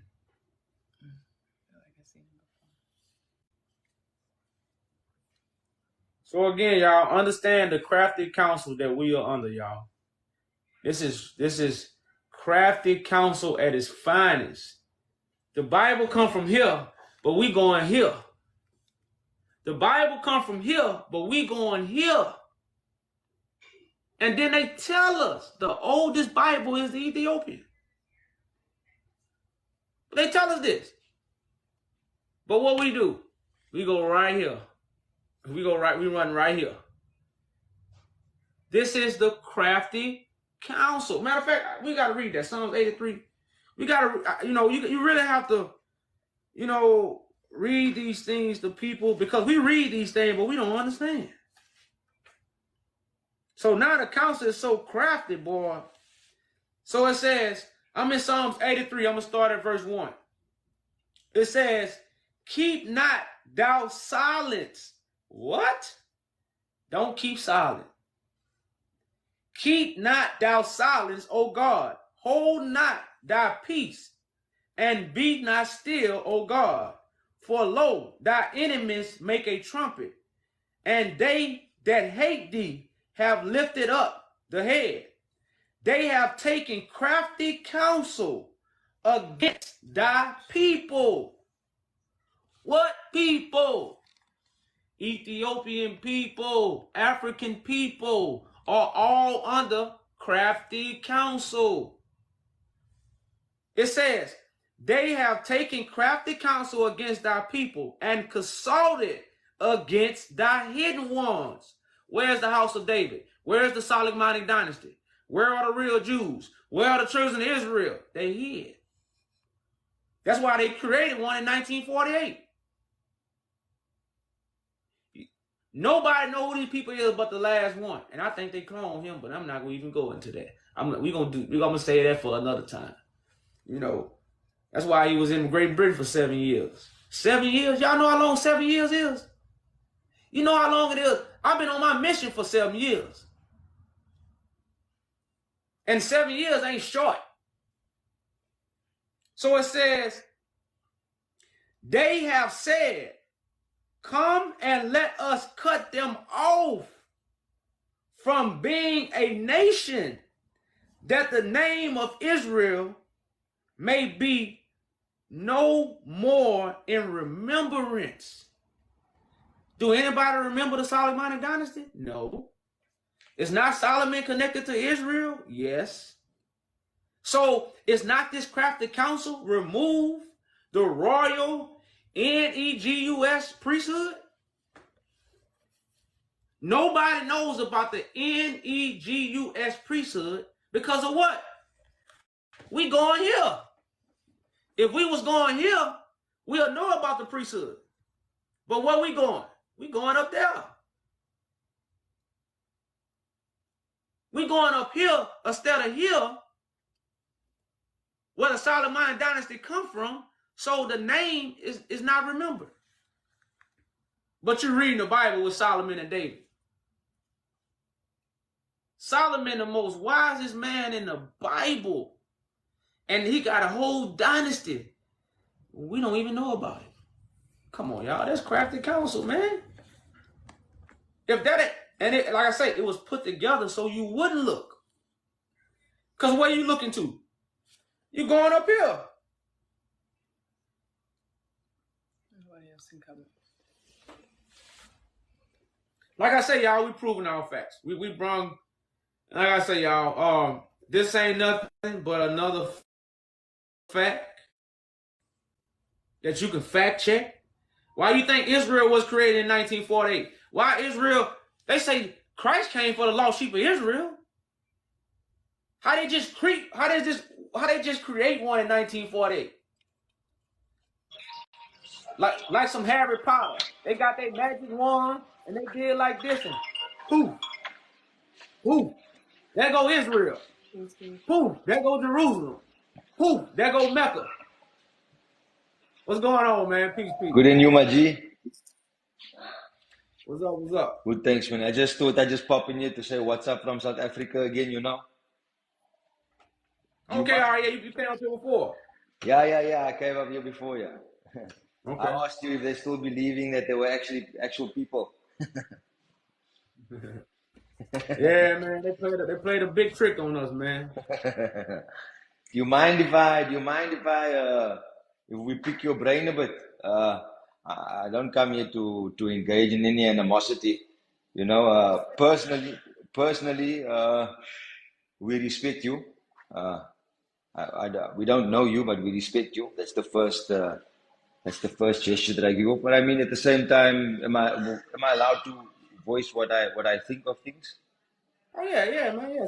Speak as a man, bro. Speak as a man. Because we don't have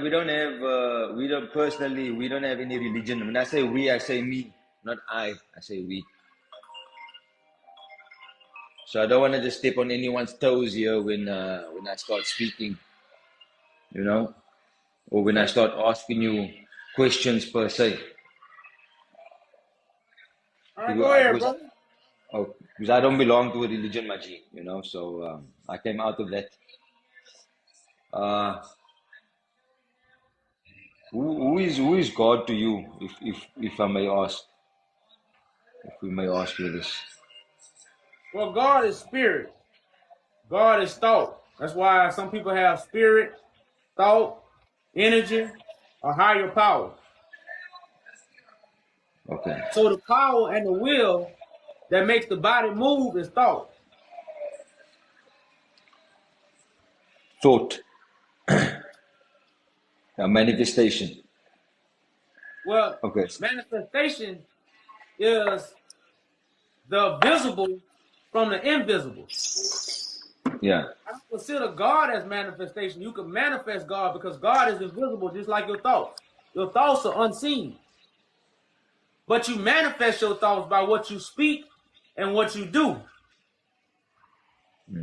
So that's the physical from the invisible. That's what manifestation is. The visible of what's invisible. So you believe in God. Correct. If you don't mind me asking, do you know what the meaning, the description of the word believe is? Of what? Say it again. The word believe. Well, Do you yeah. know the description of it? Well, yeah. That's why I more say I know God. I don't really say I believe God. I more know God. Yeah. So I think they wouldn't understand you that well. That's more on a deeper consensus here. You know. So with that being said, you have proof for me. Well, yeah. I prove by my actions. My actions prove I know God. Just like my actions gonna prove if I don't know God. Yeah. So in the court of law, you can't really go and say he done it, but I don't have proof. I'm just saying. So where's your proof? My proof will be in my manifestation. That's why I'm gonna judge the world and I'm gonna prove every man a liar. Then the world gonna know God is real based off what I did. That's how Israel is gonna be birthed. So you are the creator. You are the creator. I'm the manifestation of the highest creator. So you are the creator. No, the creator, I'm not the creator. I'm the manifestation of the highest creator. So I am the creator then. If you're not, then I am. No, you're not the creator. I'm telling you I am. Oh, well, I know you're not. You can tell me that. I understand what you're saying. But no, you're a creator of your own world. So hear me out for a second. If I pass away,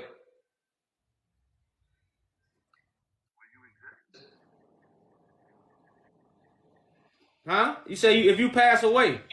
Yeah, will you exist if I pass away? Yeah. You certain, eh? I'm positive. If you leave right now, I still exist. That's like if I leave, you exist. See, I have this conversation with myself. I have 2 wives and I have 5 kids that I'm here with, you know. And I have this conversation all the time. And they say, "What about your kids, baby? What about your kids?" And I say, "You won't exist because I won't." They won't exist because you're not here. I won't exist. My world won't exist. So how can they exist if I don't? Because God gave them life. You didn't give them life. Maji, you understand? Give them life. So they must still.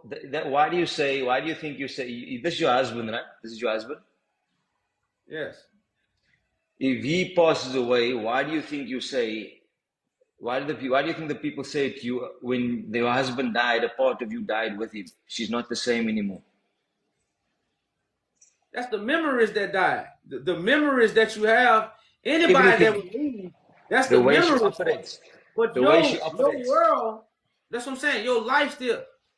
As for instance, that's the false reality we in. Anybody that leave the world, they want you to keep on going. The righteous people tell you, if I leave, carry on with your life. Because I'm gone. You still living. The creator, the original creator of all don't die. It's forever. Yes. We die. That's why we not the creator.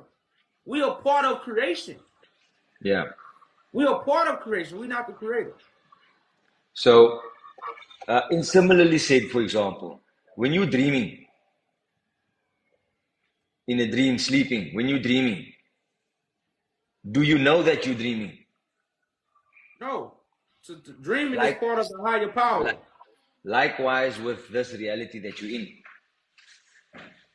So if I die, my wife won't exist because my existence won't exist. Well, brother, My man, children won't you can exist. say that. If you believe that, you know. That's what you say. And if you say believe, you're saying deceive. Believe, the description of believe is the description of deceive. It's one word. Correct. So if you're saying you believe in God, you're actually saying you're being deceived by God. Well, that's why I told you I know God. I was just, you're right. You are 100%. right about what you're saying. 100%. I concur with you. Although logically, if I pass away, I won't exist, right? So therefore, my family and my kids can't exist if I don't exist. If I'm the creator, they will still serve out their flesh. And you know what? I won't even know if they exist or not because I'll be dead. But there's more logic in me saying, there's more logic in me saying that they won't. You won't know if they is thinking about you either. Yeah, more logic is to say that they won't exist because I don't. Well, no, that's not logic because there's many people. I'm pretty sure you have loved ones that have passed away, right? Yeah. You still existing, right? I'm talking to you, so you existing. But a part of me has died with him. Huh? A part of me has died with him. No, your words say that. A part of you, everything you had when they was here, you still got.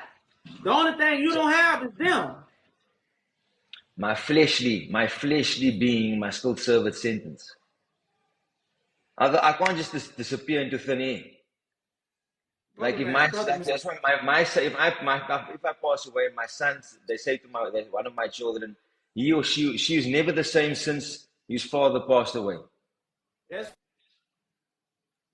Because a part of them has actually died, and if you are the creator, you would keep them up there with you. But that's why you said that's what they say. Sayings have put us in a what? False reality. Yeah. That's why they call it the American dream. It's a false. Sayings can also, you ever heard of daydreaming? It's a lot of people daydreaming right now because of things 100%. that was said. Some people go out there and walk up and look in the sky and say, they daydream about a spaceship coming because it was said to them that a spaceship coming. You see what I'm saying? That's called daydreaming. You see what I'm saying? No, I understand this is a dream. I know this is a dream. Well, some people say that. Hey, guess what? Personally, no offense. Personally. Well, no, we good. We having a man conversation, bro. You like I'm a man. I don't wear my steel on. You can tell me anything as long as you do it in a respectful way. I'm not up here to force another man or another woman to make them. That's not even righteous. You know, I'm just up here to have a conversation to enlighten and open up minds and eyes. You know, but as first. You know, I maybe lose my thought when I was about to say. Same. You know. So man, people say anything to put us in a false reality and make us look at the world in the wrong way. Now, I'm gonna change my dream. You know how some people can't change their dream? I'm gonna change my dream. So if we dream, I'm gonna alter mine. That's all I'm gonna say. If people want to say it's a dream, well, I'm gonna alter mine. 100%. That's all I'm saying. You know, but we're gonna move on, brother, man. Appreciate you coming up. Thank you so much, I really do appreciate it so much. Good luck with it all. Jesus was Middle Eastern. We got one. She said Jesus was Middle Eastern. We got one. I wish you come up with it. We're going to prove you wrong. Hey, how's it going, man? What's up? Peace, man. Cam up for us, brother. Yeah, bro. I'm from Ethiopia, and I just want to know how do you find this old information? I never know that Jesus He's from Ethiopia, man. What? You know, before we answer your questions, man, we know we our rules is anybody we talk to must turn their camera on. Oh yeah, okay, man. I'll turn the camera on, man. Just give me a second, bro. No problem.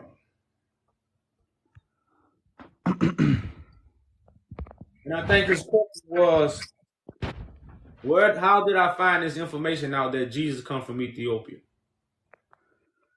Yeah, man. So, you know, man, with understanding who I am and understanding research, you know, and connecting the dots, the oldest Bible come from Ethiopia because the original Bible come from Ethiopia. The first paintings of Christ come from Ethiopia. The royal priesthood come from Ethiopia, which is the Solomonic dynasty. The Bible talks about Solomon and David. David's throne is in Ethiopia. Christ sits on David's throne. So all these connections, you're like, well, damn. Then you got to understand, we've been lied to. Why we've been lied to? So we won't connect back to our roots. So once you really get the understanding that we are a scattered people, the Bible talk about a scattered people. We have been taken from the original place and scattered. And names have been changed. We became bywords. You know, so like I say, so man, you know, all the dots. Once you connect all the dots, you will have to go back to Ethiopia. I mean, I know that there is a lot of history about Ethiopia. You know, there is a lot of history connected to Ethiopia, but I would never say that Mecca, Israel, and Jerusalem is in Ethiopia, to be honest. I never know.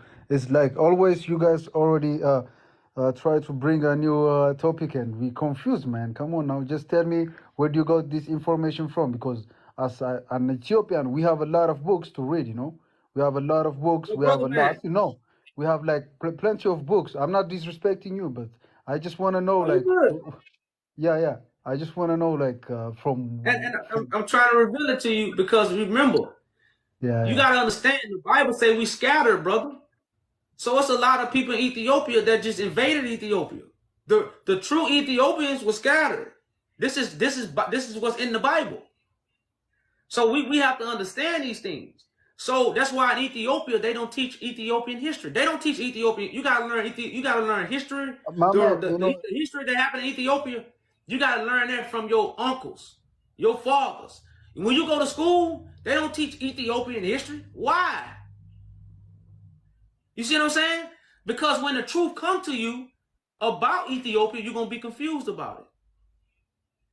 And that's why if the Bible is connected to Ethiopia, why when people get the Bible, why do they go to the Middle East? I got an echo. You see what I'm saying?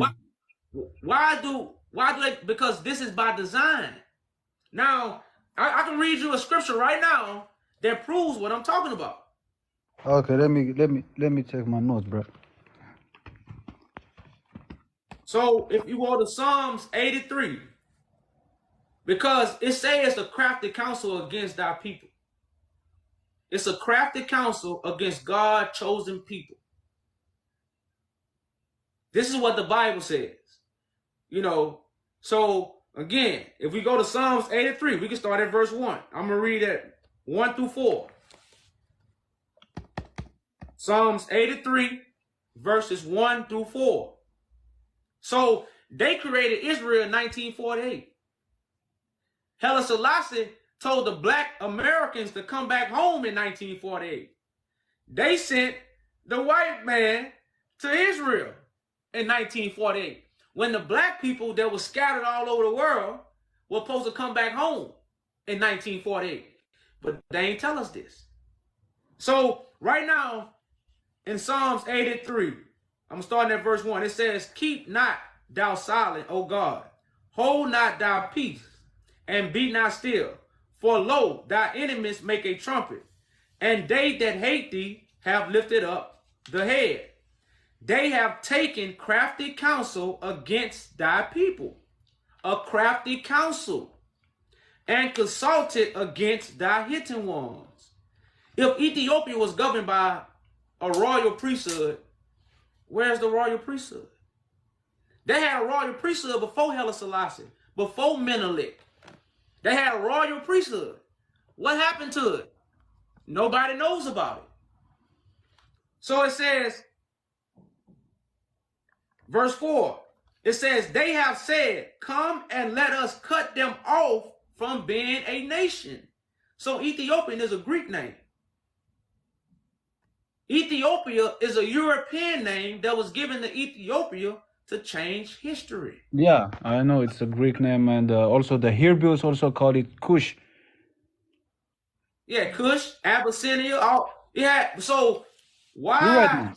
I'm So I listening. want to say this: if Ethiopia was never colonized, why was the name changed? If Ethiopia was never colonized, why was the name changed? So you're saying that Ethiopia is colonized country? What? It's the first colonized. Brother. Come on, man. It's like occupied, bro. That's just for five years, bro. You gotta hear me out, because brother, Come on, bro. That's really crazy, man. Brother, to learn something new, you have to get rid of the old. Nah, you bro. can never Like I have learn my something grandfathers new who teach me, man. keeping the Come on, old. bro. They know how to defend the if you come on, want to bro. believe the old, then believe it. No, I'm wait, just here to man. share. So you telling me that Ethiopia is colonized by brother, who? Brother, why do you have a Greek name? Okay, So but let me ask you this. That's religious stuff, bro. I know it's Abyssinia, man. Okay, all right. So let me say this. The original scrolls come from Ethiopia. You know where the original scrolls at right now? They in Great Britain. In the Vatican. In the Vatican. Why are artifacts, manuscripts, historical things not in Ethiopia if you wasn't colonized? Brother, so I just said the Ethiopians are scattered all over the world. So it's colonized by Greek, you say? No, it's colonized by the Romans. My man, they don't even, bro, they don't even say that we colonized Ethiopia, bro. Where do you find this information? They just occupied for 5 years, bro. Brother, the world has lied to us. They themselves, the Italian, themselves, they never said we colonized Ethiopia, bro. Where do you get this information from, man? As a black man, this confused all the black people, bro.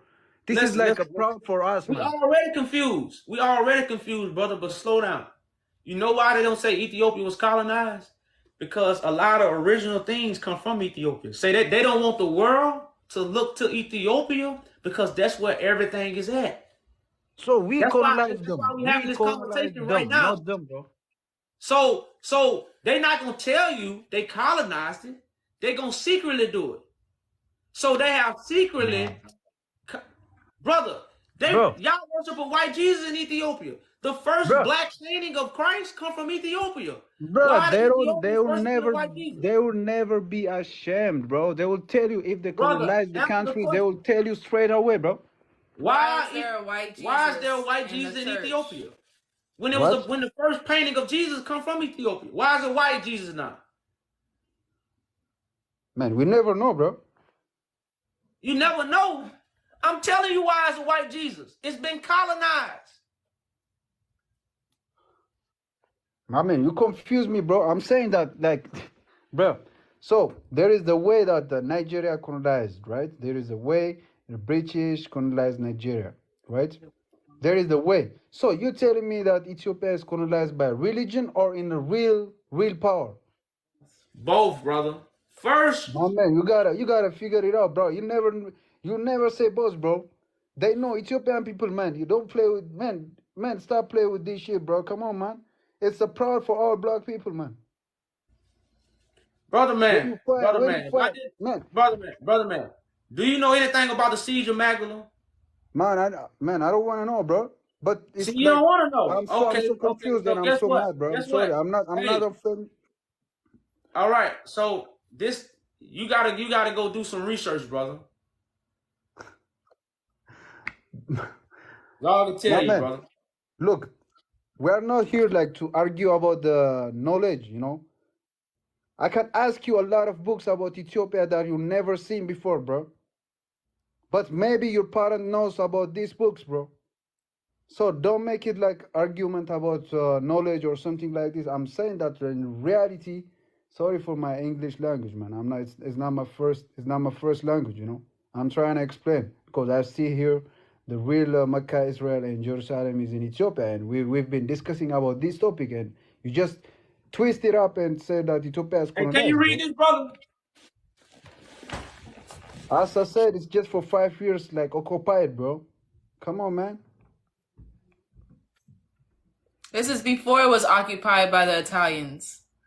The Ethiopians were a part of the slave trade as well.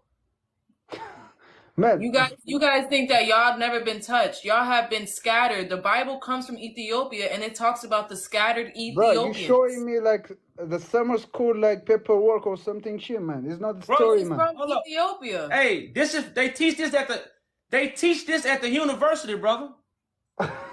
Bro, come on, man. Bro, like We giving you you guys are really information. spreading false informations, man. This is Okay, like well, nothing, all bro. right, okay, brother This man. Hey, not be well, look, evidence, hey, bro. brother man, you came up It's here to not gonna ask, be evidence, bro. brother. Listen. You came up here to ask. I Yeah. put it on the table. You ain't gotta eat it, brother. If the food nasty, just go to another restaurant.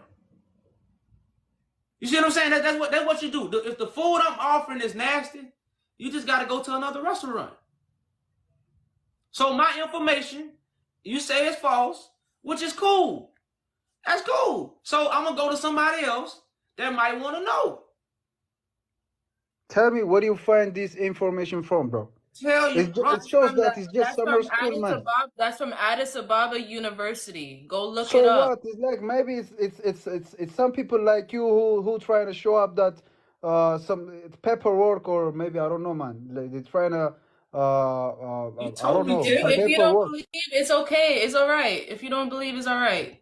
Thanks for coming up. So no. I'm telling you. Let me tell you one thing, bro. You always try to show up a really confusing topics, and immediately when people try to discuss about this, only the topic that shows here why Israel in Ethiopia and something like this, immediately you twist the topic to colonization, bro. What's your purpose, man? What's your You plan? asked us a question and we gave you an answer. Bro? No. Tell me. In Africa, we are proud. You are what? Because we are proud, so proud to not to be colonized by them. You see what I'm saying? Be proud. Be proud and wrong. Be proud. Yeah. And you proud and wrong. Fix your mind, bro. All right, brother man. We thank you for coming up, though, brother. No, I'm not offending. Like just in history, brother, we heard you. We have a lot of history. We heard you, brother, but we gonna keep pushing. Thank you for coming up, brother. No. Always listen, bro.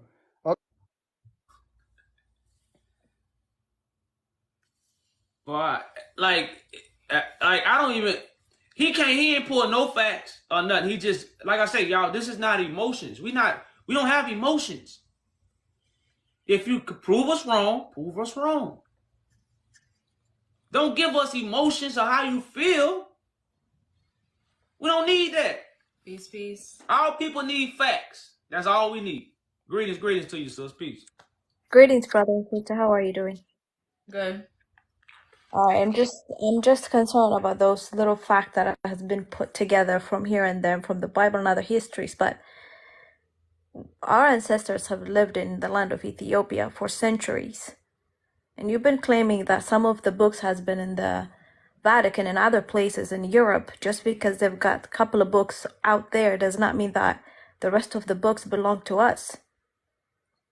We know it belongs to Ethiopia. We said that they stole it from Ethiopia. That's why they have it in the Vatican. That's why we have a petition to get back the treasures, the artifacts, the manuscripts that they stolen from Ethiopia. That's why there's a lot of people in Ethiopia that know this, but they still haven't given it back. We understand those are our belongings and we're fighting for them. Eventually we'll get them back. That's not the problem. But the question is, where are you getting this information that the Mecca and the Jerusalem are not in the middle of Ethiopia? We don't have that history. Our people have lived on this land for centuries. We are the people. You believe that we've been scattered all over the place, all over the world. We love our black brothers and sisters. We are all over the world, but the remaining Ethiopians are in Ethiopia, and we have our history. Where are you getting those history Okay, that so Jerusalem is what in happened? Ethiopia? So what happened at the siege of Magdala? Tell me about it. What do you know? Oh, you say you got the history, so you teach us. Since you No, telling us what what do we you? don't No, know, I mean, you what guys are happened? telling the world. Are you Ethiopian? Sus, what happened at the siege of Magdala? What Are we happened? gonna move on? I don't know. Why don't you tell me? So you What are don't you know telling your the history people? then. So that's 100% proof you don't know your history. All right. Why don't you tell me and enlighten me? What is the history around Okay. that? Mm-hmm. Tedros, the Emperor Tedros, had collected all the biblical writings that was in East Africa at that time. I'm pretty sure you know who this individual, this Tedros II. That's our King Tedros. Okay. He had collected all the writings. Not, I wouldn't say 100%, but majority of the writings he had collected and put it in his church. So in 1868, when Great Britain came, they took all the writings that he had collected, all the artifacts. Because if you know anything about Tedros, he considered Robin Hood. He stole from the rich and gave to the poor. So he had collected many items. And all those items that he collected from all the other churches in Ethiopia and all the other priests, the Great Britain took. So there was a bunch of historical things that Ethiopia never got a chance to touch, see, or understand. And the information that he had, he died with it. After him, Johannes rose up. He got killed fast. So these are people who had valuable information that they couldn't even pass down to the Ethiopians. So when I ask Ethiopians about their history, as they say they got all their history, I come up here every day and prove you do not. And So it's tell not me even what of the part of the history that our kings did not happen to tell us? What is part of the history that we're missing? I just asked you what happened at the siege of Magdala. I'm telling you, then tell me. You happen to know, then why don't you tell me? I'm telling you right now. You just said that the books gold have been and taken away artifacts. from Ethiopia, right? Can I speak? You just said that the books have been taken away from Ethiopia. That's a fact. A lot of our treasures has been taken away by the white people. We're not denying that. You're putting it over and over and as a fact. We know that already. What is the history that we don't know that you know, that as we Ethiopians that we don't know about? Tell me those truths. That you guys don't follow the throne of David anymore. You follow a government that was created by the Romans. You don't follow the throne of David. You don't have someone sitting on the seat. That's why it stopped at Haile Selassie. Why did it stop at Haile Selassie? Because they made treaties with the Romans. They did that before Haile Selassie. Hello, wait, hold on. Don't mix up history here. All right, do you believe in the Bible? Yes, we do. We do believe in this Bible, that the very Bible that we have. Correct. The Bible says that. Hold on, let me speak. The throne of David belongs to Jesus Christ and it stops there. It does not go anywhere else. Do you believe in the 2,000-year-old Jesus? No, do you believe in the 2,000-year-old Jesus? I've heard you. Let me speak. The throne of David belongs to Jesus Christ. If you believe in the Bible. And if you're talking about the kings and queens of Ethiopia, we have our own history that connects us to Israel. And this is why you don't have your history. It does not mean the children are not out there. Sus, Israel was just created in 1948. Did you know that? My brother, Israel existed for thousands of years. They reclaimed their land. Sus, these are lies. Israel was not here in the 1800s. It was no Israel. This is facts. So where was King David ruling then? Where was he ruling? In Ethiopia? Ethiopia. He was ruling in Ethiopia? Which books are you reading? Which facts are you reading? Dude was born in Bethlehem.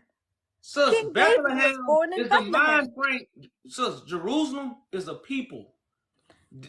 The Romans, the Great Britain, put it on a map in the 1900s. This is what you don't know. This is why we're bringing this information. Okay, where does the oldest Bible come from? Ethiopia. Where was the first church built? Ethiopia. Where was the first painting of Christ? Ethiopia.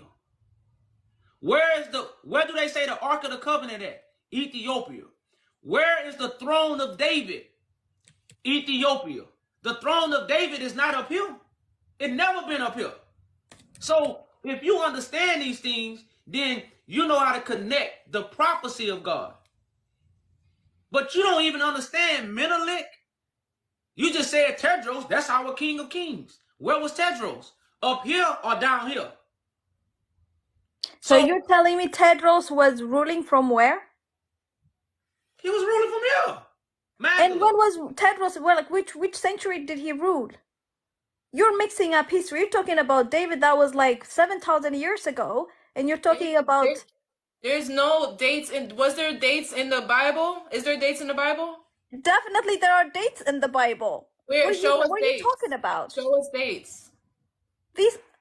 When was the earth created? It's the Jewish calendar that we're following. Show us the dates. She's not ready. What?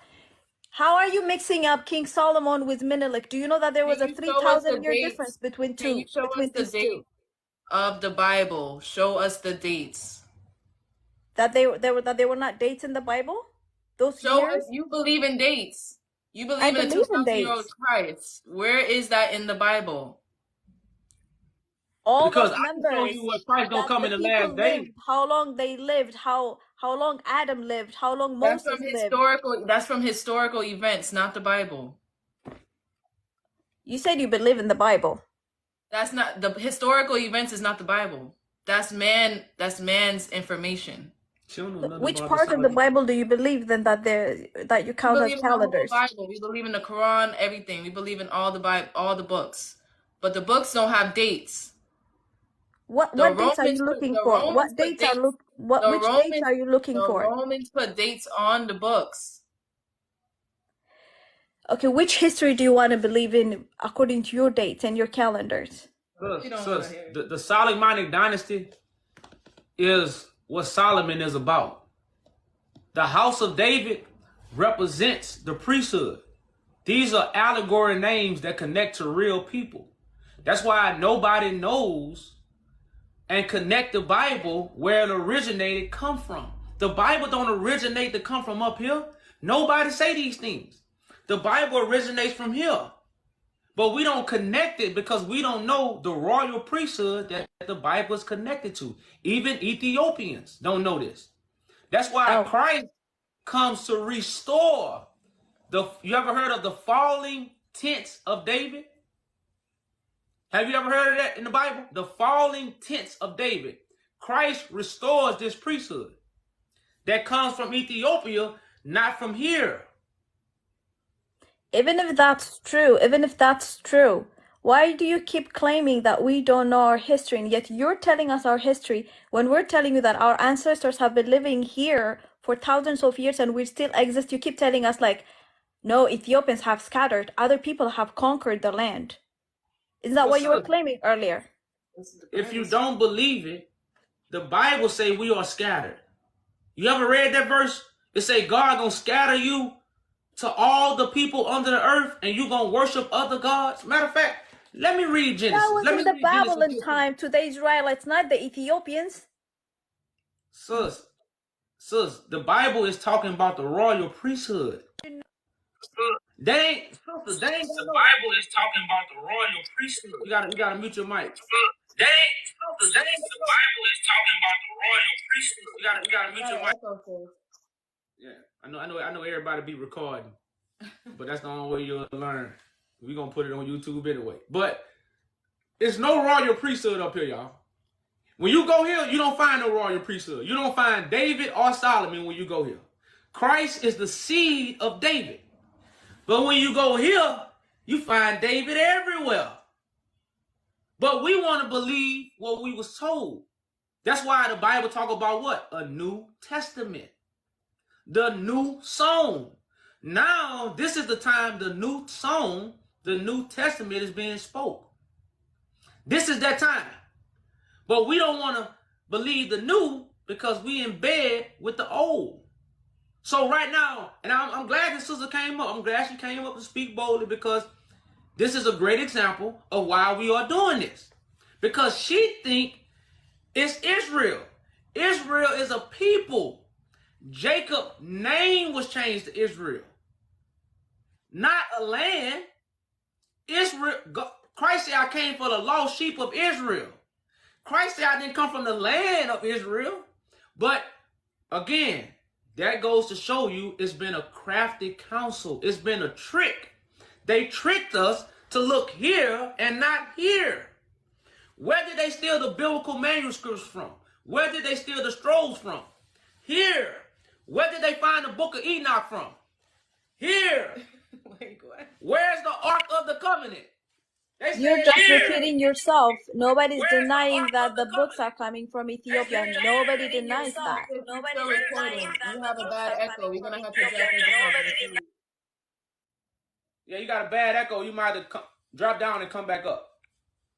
Can I come back? Can I come back because okay. Yeah. Can I come back? Can I come back because okay. Yeah. Can I come back? I'm glad she came over because this is a great example, man, of the crafty counsel. This is because she clearly think it's Israel. The Bible was talking about God scattered these people. No, God scattered these Africans. Africans are scattered. The Bible is talking about the African slave trade. But we don't believe that because why? These people were scattered. That's the crafty counsel. Pay attention. Africans being scattered. We didn't hear you. Can I ask a question? You claiming that Africans are scattered. Can you hear me now? Yes. Okay. We're not denying that our brothers and sisters outside Africa are our brothers and sisters. They are Africans. But it does not mean that all of them came out of Ethiopia, right? They came from all over Africa. And the entire continent does not belong to Ethiopia. And slavery happened when? And we've been slaves for thousands of years, not just to the Europeans, I mean in the lands of America, the current United States and the Southern Americas. We've been slaves for centuries. That's a fact. But it does not mean Ethiopia ruled the rest of Africa. And our history is reserved, and we know our history. It's not like just some books has been taken away from us that we don't know our history. Just because you want to claim that you are Africans, we love you. You are our brothers and sisters. But you cannot change the history and tell us that we don't belong in Ethiopia, that we're newcomers to the land. We're not newcomers to the land. We've been here for centuries. And we know our history. So I want to ask you this. How long did the Italians take over Ethiopia? They never took Ethiopia. They took the land of Eritrea. So I'm saying, but how long did they rule Ethiopia while Haile Selassie was in Great Britain? How long did the Italians rule? 5 years. 7 years. It wasn't 5, it was 7. All right, let's make it 7. I don't know where you're getting that number from, but I'll take the 7. Okay, so within them 7 years, how many people did they destroy and how many people actually came to Ethiopia? Do you know? Who came from Ethiopia and who came out of Ethiopia? Listen. All right. That's a question for you. Do you know how many people was killed? Who was killed? What kind of people was killed when the Italians had control of Ethiopia for 7 years? Tell me, what kind of people did they kill? I mean, we're there. That's not like hundreds of years ago. That's like how many years? That happened in the 40s. Right? So your words will hold more weight to the viewers. Now you just exactly my point. Okay, my point. So I'm asking you to give me what you know. But you keep what? Crawfishing. You're telling me they killed certain type of people. What kind of people did they kill? I'm going to ask you again. What happened in the 7 years the Italians was in taking Ethiopia? Was they helping the Ethiopians or was they hurting the Ethiopians? Of course, they came to colonize. How do I expect them to help us? Okay, so what happened in those 7 years? Since you know your history, what happened? Your word will be better than mine. So I'm giving you the floor so you can teach me, since you know what happened in those 7 years. In those 7 years, they're trying to govern Ethiopia Haile Selassie moved to England. He stayed there until we reclaimed the country again. That's it? No That's details? it. What more details do you need? They colonize people, of course. They're freeing people. They're taking over the land. They're building up cities. So What my more can point they do in 5 years? What more can they do in 5 years to change our history? Sis, they can get rid of all the important people that know. Haile Selassie brought, hold up, sis. Haile Selassie brought handwriting to Ethiopia. Haile Selassie built the schools. Right? All right. Okay, so before that, Ethiopia. Okay, so before that, yeah, wasn't nobody teaching nobody nothing but the people that had the information. Okay, what kind of information do they have? What is that you get to know that we don't get to know? Why aren't you saying it? Tell me. What happened? You won't tell me. What happened? If I don't know, tell me. Enlighten me. You gotta stop talking. You gotta stop talking for me to tell you. Go ahead. They can tell you what happened, but if you kill them off, they can't tell you what happened. It leaves with the people that's got killed off. Like right now in my neighborhood, if you come kill all the old men that witnessed what all happened in my neighborhood, if you kill them off, and I grow up as a child, and all the people that was killed off can't pass it down to me, and there's nobody else to teach me, then guess what? I won't know. Okay. So what the Italians did was kill off everybody that can tell you what really happened. Okay. So now the Ethiopians don't know what really happened, and you don't know how to connect your history and to you the get Bible. to know, and you get to know that we don't know anything about. What's this? I'm anointed by God. Okay, I respect that. That's why I have this information. I've been anointed by God. I'm just not a regular man up here talking because I'm emotional about Ethiopian Africans. That's why I have a petition that's to help Ethiopia. I have a declaration to help Ethiopia. So I got receipts to prove I'm helping. I'm not hurting Ethiopia. Okay. But remember, the truth do what? It hurts. You ever heard that saying, the truth hurts? Just going on and tell me the truth. I'm just saying, have you ever heard that saying? Because you're from a different country. So I just want to know, have you ever heard that saying? All the information is available to everybody. Just because I'm from somewhere else does not make me a known person. You don't even engage in the conversation. So why does the truth hurt? When I'm asking you that we're the people of the land. We're the people of the land. You don't want to answer the question. See, that's why people know the truth hurts. Let me talk. And they don't want the truth. They want to be pacified. I respected you, and let me talk. No, I asked you. You don't respect me because I asked you a question. You ain't answered. My brother, may I speak? I asked you a question. You didn't answer. What's the question again? Does the truth hurt? Does the truth hurt? And then you're telling me that it's hurting me? That's a yes or no. Oh yes, I've heard the saying. Okay, do you believe the saying? I believe the saying. For those okay, so when the truth is spoken, it's gonna hurt, right? Okay. All right, that's all I wanted. That's all I wanted. Go ahead, you got the floor.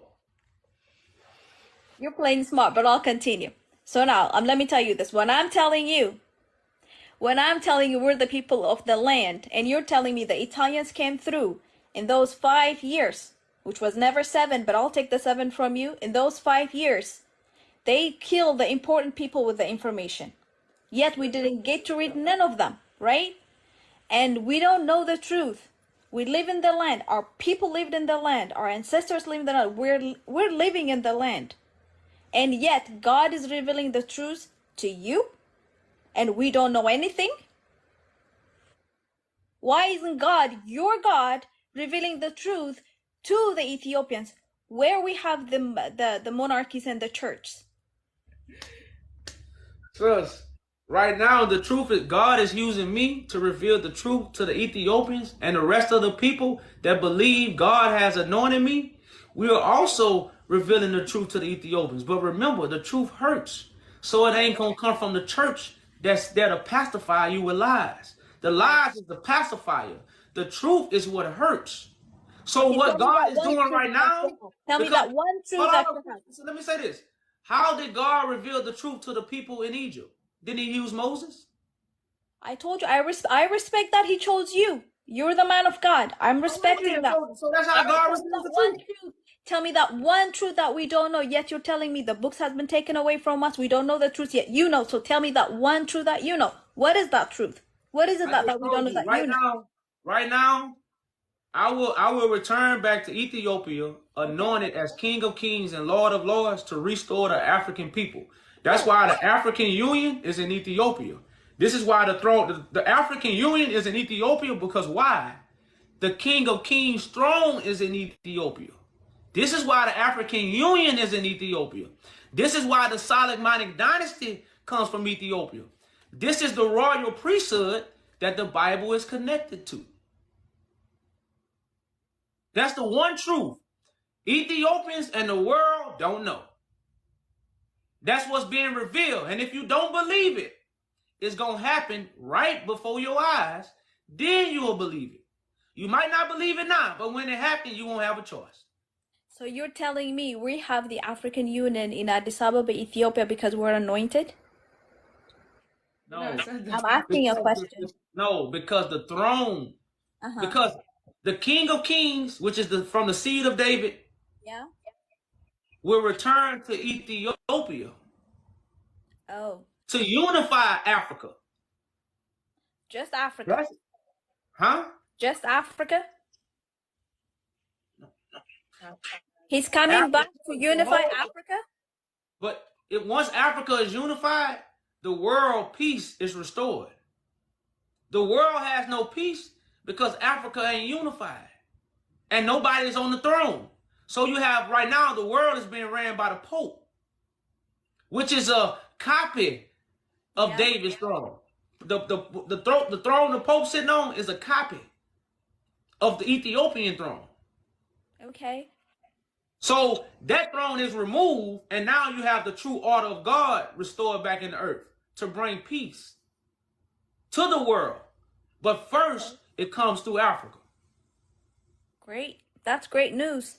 And we didn't get to hear this, and God is revealing that to you. Correct. Okay. All right. Well, we'll wait for this prophecy to happen then. That's the best thing to say. All right. And it's going to happen. That's why this is not about a belief. So and that's why we have judgment. Right now, we have a judgment against the Roman Catholic Church. Yo, nobody supports the Catholic Church ruling the world ruling by the white people and everything. We're not for that, right? The fact that I'm asking you is, this truth that you're telling me is being kept in those books that are being kept in Vatican? If someone gets to read these books, that truth is in there? Is that what you're telling me? No, the truth is not in the Bible. The prophecy is in all books. Asking about the Bible. You said, hear me out. Brother. The prophecy. Listen, the prophecy. Don't mix up your words on me now. You said the books were taken away from us, so we don't get to know the truth. And these books are in Europe, kept in the Vatican. So they're not books. They are the original scrolls to show us where the Bible come from. The Bible. In writings, you're telling me. In these writings. No, that's what you said. I say the truth was coming from me, not the writings. I haven't read the books in the Vatican. Okay, that's where we're getting confused here. So in these writings, none of these things that you're saying is written?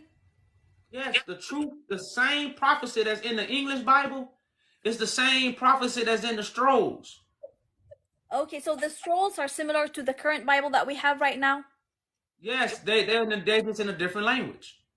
It's just the language difference. Well, yes, the language is different. And of course, the translation... Hold me right there. You're telling me those rolls that has been taken away from us are similar to the current Bible that we have. They're just in different language. And yet you're telling me... That's where the Bible come from. The Bible comes from the scroll. Yet you're telling me another truth, which you're claiming that God is telling you that God is going to come and reign in Ethiopia to unify Africa? And God is telling you that to you? That's what the Bible does. The Bible also says the same thing. I'm not reading it in the Bible. I'm not reading it in the Bible. Yet you're telling me those writings that has been stolen from us are just in a different language, but similar to the Bible that we have right now. The Bible that we have right now does not say anything about Christ coming to Africa. Christ returning to Africa. It does not matter anymore when he returns. What matters is that we're going to heaven, that he's coming to take away his church. It has nothing to do with black, blue, and white and green. We're all spirits. Why are you trying to gain power to the black people? This is about us living on this world, the white against the black. This is only earthly situation. When Christ comes back, it's all races. Let me finish, my sister. Has all races gone through captivity? Let me finish, please. Let me finish, please. I'm not listening to you. Let me finish. You've been talking for too long. Have all races gone through captivity? That's a yes or no. All races have been gone to captivity? Yes, have all of them gone through captivity? By whom? I'm asking you, have all, because you're saying it's all equal. Have all races, have the white man gone into captivity? The white man that you have in your church? My sister, now you're talking about this current black history. Why are you mixing up history from centuries ago, and then you're talking about captivity, about the Israelites being captive by the Babylons, and now you're talking about the black being captive by the white people? Is that every race? That's on How this would we know? How would we know? So, sis, I want to read a verse to you. Out Luke 1:32. All right. I'm in Luke. I'm in 1:32. I'll get my Bible. And that's why the throne of David is the most important topic of this conversation. Because if you don't understand the throne of David, you don't understand God's prophecy. All right. So where are you reading? We're in Luke 1:32. All right. Go ahead, my brother. It says, he shall be great and shall be called the Son of the Highest. And the Lord shall give unto him the throne of his father David. Mm-hmm. And he shall reign over the house of Jacob forever. And his kingdom there shall be no end. So people say Christ came. I'm telling people Christ is here to restore David's throne over his descendants. Now, we don't even know David's throne is in Ethiopia. We don't even know these things. But yet, we are talking about a book that we don't even understand. And guess what the book says? Nobody is worthy to read the Bible. That's why Tedros wasn't passing out the scrolls. That's why Tedros wasn't making copies and giving it to people. Because it's a sealed scroll. Only Christ comes to unseal it. Through what? His actions. So when we talk to you about David's throne, mm-hmm. Have you ever heard anything about David's throne? I've heard about David's throne, but what the Bible says about the David throne is not the actual chair. It's about the authority.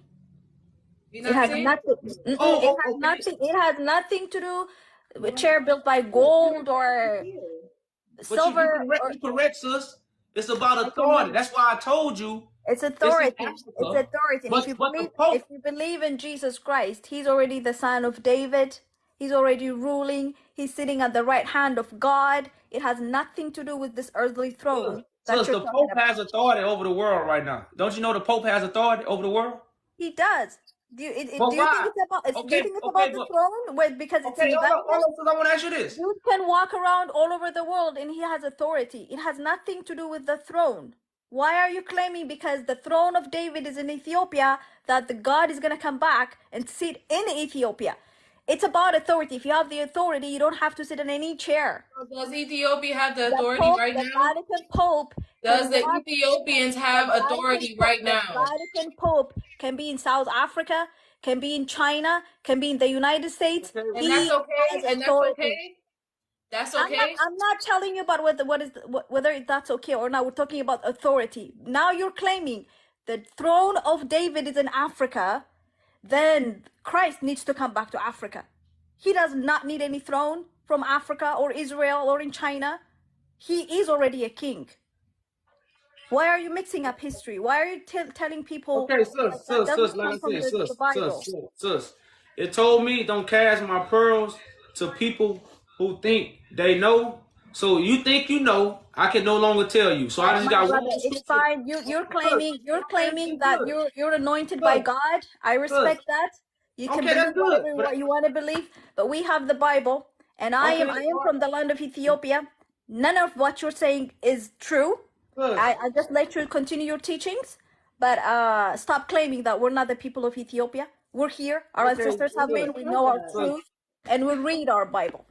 And Okay, Christ thank you. is the son of David, and he does not need any throne in Ethiopia. He's already a king, Okay. and he's coming to rule the world. That's some Have a crazy. great day. Have a great day. Know what she's saying?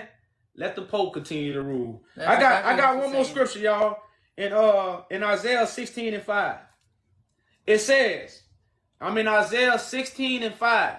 It says, and in mercy shall the throne be established. So somebody has to establish the throne in mercy. Lord have mercy. So then it says, and he shall sit upon it in truth in the tabernacle of David. Now, why are you going to sit in it? Because why? It says judging and seeking judgment. What's going on right now? Judgment is being sought. And hastening righteousness. There's no righteousness in earth.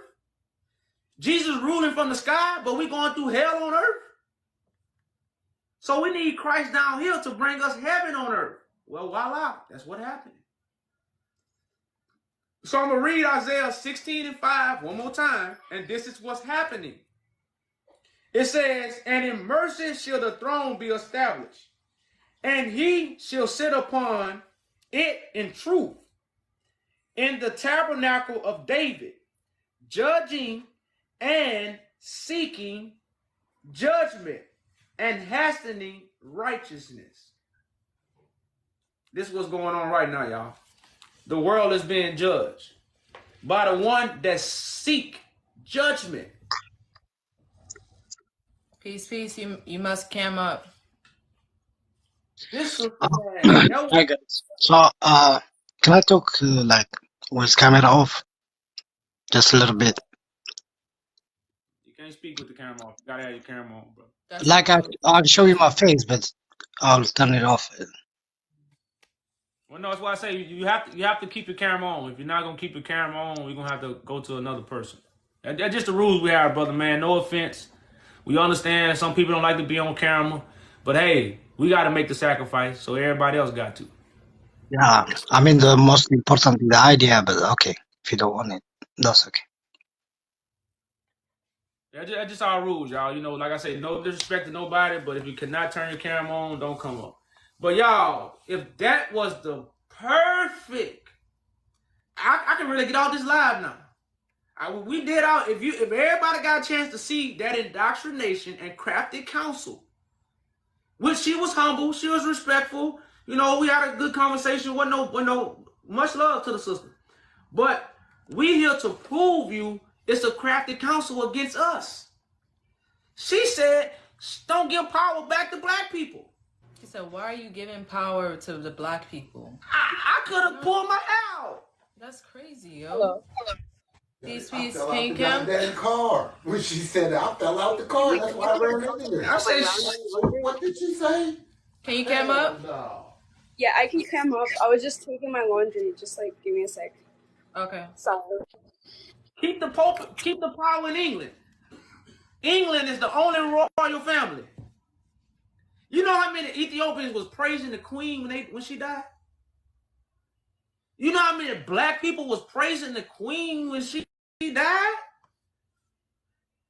So come on, like, y'all, and look, we're not racist. We don't hate white people. That's not, no. But guess what we got to do? We got to take care of ours first. Because when my child grow up, if I have a child, they're going to be with another black person. So I got to fix my people if I want to fix our relationships. And if we got a royal family that we know nothing about, somebody got to tell us. Somebody got to tell us, y'all. That's why somebody got to get crucified for speaking the truth. And that's what everybody listened. Everybody look at that. Somebody being, that's what. Why was Jesus crucified? He spoke the truth. What's going on? Peace, peace. Peace, peace. Wanted to ask before I start. You guys believe in the Bible, right? Correct. Okay. So like, which Bible? Because there's so many versions, and like Ethiopians, we been knew like we had the original and like the full complete Bibles. We knew that. We have a religion. I mean, it's a worldwide religion. Orthodox. The Orthodox Church in Ethiopia has the full and complete Bible. So I don't know where you're getting like the Mecca and everything is in Ethiopia and is like Israel. So like try to explain it to me. Like from your perspective, like those three names are connected to people and not a land. The Roman Catholic Church put these things on the map in the 1900s to deceive us from where all this stuff come from. Why would Ethiopia have the original Bible and not Jerusalem? Because the Bible was never in Jerusalem, neither was Christ, neither were the disciples, neither were the people of the Bible. See, this is how the lie don't even make sense. Why did the first painting of Christ come from Ethiopia, not Jerusalem, if this is where he was born? If he was born here, but the first painting of him come from Ethiopia, do that make sense? I mean, to be honest, like Ethiopia was the first, nation to accept Christianity, because that kind of makes sense. No, I don't want to veer off. I'm saying if the first painting come from Christ, but the world tell us Christ was born up here, how do that make sense to you? Yeah. I mean, how does that make sense? But the first painting should have came from up here, right? I mean, first of all, like the Bible doesn't even doesn't even support paintings of God. So that's like, even in Protestant, like in Christianity, we don't even accept like pictures. We don't even take pictures. I mean, like Jesus is right now in Ethiopia. They Yeah, got white Jesus. In the Orthodox Church, y'all got pictures everywhere. Y'all got the white Jesus in your church. Yes, Orthodox and Protestant is different. All churches got images of Jesus. All churches. Protestant churches don't have images of Jesus in Ethiopia. I don't know about in America, but in Ethiopia they don't have images. We don't have images. Okay, so right now, that's not true, because I've seen a lot of Ethiopians in Ethiopia that got pictures. They can't make this shit. The major religion in Ethiopia is Orthodox. They have pictures and images, but the Protestant church does not have images. We don't even have like crosses. We don't even like put it in our neck, like on our neck, like, or like you can find a cross in the church. Y'all don't hold up the cross? Y'all don't hold up the cross? That's not that's Orthodox. That's not Protestants. Is the Orthodox have more authority than the Protestants? Yes. How come? I mean, it's the major religion in Ethiopia. How come is Orthodox the major religion in Ethiopia? That was when Christianity was first adopted by King Izana. That was the religion that was adopted. So do you believe in Orthodox? I mean, like, okay, so like, first of all, like what I believe in doesn't really matter. The truth is out there. But like they have more. What's the truth? That's the thing. Like no one knows the truth. Here's the thing: you cannot prove to me the Bible is 100% real, because it was passed down. It was translated by humans that cannot be fucking trusted. Well, it's been passed down. We don't believe in the 2,000-year-old Christ. We don't believe that happened in the past. We know that it's a prophecy of the last days. So we don't believe in what Christians believe or what Orthodox believe. We know that's false. So what do you believe in? We know that the prophecy that's in the Bible is happening about the last days, which is happening right now. I mean, no one knows the day of the hour or anything, but I mean, we can see signs. The signs are happening, but like the second coming is gonna happen. That is, I mean, that's like in major religion, they always say that there is someone coming to take us to the new world. But sis, the second coming is just like a Moses character. It's an anointed son of man from the lineage to restore the people back to the right mind frame, which is the new Jerusalem that comes from heaven. Jerusalem is a mind frame. So if the Bible tell you Jerusalem come from heaven, why it got on the map? It was never supposed to be on the map because it's a mind frame. So the new Jerusalem is the new information to what? Renew your mind. As the Bible say, your mind, you got to have a renewed mind to enter heaven. So why do you got to have a renewed mind? Because heaven is within you. It's the mind. But your mind is renewed by what? Food for thought. Food for thought. So Christ got the Last Supper because why? It's information to change your mind. So everybody in the world, mind finna be changed, and we're going to have a new world. Just imagine this. Christ on earth.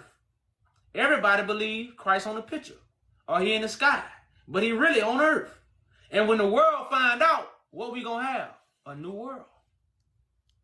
So in Amos, if you turn to Amos, I want to read this scripture because nobody know nothing about the throne of David. The whole Bible is about the throne of David. We can prove this. If you got the Ethiopian, the original scrolls, it's all about you ever heard of Game of Thrones? That's what the Bible is about. The throne, the authority, the one who have authority of the world. All Bibles say the saints gonna judge the world. All Bibles. All Bibles say the saints gonna judge the world. That's true. And what was true, nobody knew today. Only God. And the people who God chose was gonna give you the signs that they are judging the world so you can know what? This is the appointed time. So I want to go to Amos chapter 9, verse 11. Because again, nobody understands the throne of David. So it says, in that day will I raise up the tabernacle of David that is falling. So what happened in Ethiopia and what fell? The dynasty. Even in Haile Selassie time, the dynasty had failed. Haile Selassie was really just a puppet. You want to be honest? Now, some people can't take that, but he really was just a puppet. Now, he could have been a righteous man, but he was just a puppet for the people that was really running the world. By Haile Selassie time, the throne was over with. They were just trying to find a way to get rid of it. And Haile Selassie was the perfect person to get rid of the throne. That's why after him, nobody sat on it. So it says, in that day, I will raise up the tabernacle of David that is falling, and close up his breaches thereof, and I will raise up his ruins. This throne has been ruined, and I will build it as in the days of old. That's why Christ is a carpenter. Christ comes to build the kingdom for God. He didn't do it 2,000 years ago. He walking the earth doing it right now. So it says, and they may possess the remnant of Edom and all the heathen, which are called by my name, said the Lord, that doeth this. So right now, this is the prophecy of the Bible that you can't change no matter what version you read. You can't change the prophecy. And most people that read the Bible, they don't know the prophecy. They just know words and stories. And don't know what they connected to. So like you're saying like, okay, I mean, I'm trying to understand you. I'm not trying to like, debate. It's not a debate, but you said that it's in a state of mind, like heaven is like in your head. You have to change your, like, there's no physical place. It's like, you're talking about there's no physical place, but clearly the Bible, like in the first book, in the sorry, I'm not American, so English is bad, but it clearly talks about where Ethiopia is on the Bible, like in the Bible. It talks about on map. I mean, it doesn't say exactly where, but it says where Ethiopia is in the first book. Genesis, the Red Sea. The lake of Gihon. it talks about that. I mean, I don't know exactly. I don't have a Bible with me right now, but in the first book, if you read it, I mean, I know, I'm sure you've read it, but just read it again. It talks about where Ethiopia is and where heaven, Eden, was before. First, when Adam and Eve was created. The mind. That's why right now you plant seeds, well, in the mind. The mind is the garden. I'm planting seeds in your mind right now, but I hope they grow. But so that's what and that's why the Bible says Amos 9:7. It says, "Are you not as the children of Ethiopians unto me, O children of Israel? Are you not as the Ethiopians unto me, O children of Israel?" So Israel is connected to Ethiopia, not the Middle East. But in the first book, it clearly talks about where Ethiopia is. Where is Ethiopia? That's the whole question. Okay, so tell me where is it? In the east of the Horn of Africa. Africa. Oh, wait, I'm not negating that. We agree with that. We agree with this. No, it's right there. But like, you guys are saying Jerusalem is there, and like, but Jerusalem is not a landmass. Israel is not a landmass. It's a mind frame of people. But where are you getting this? Where are you getting this? I'm finna give you another verse.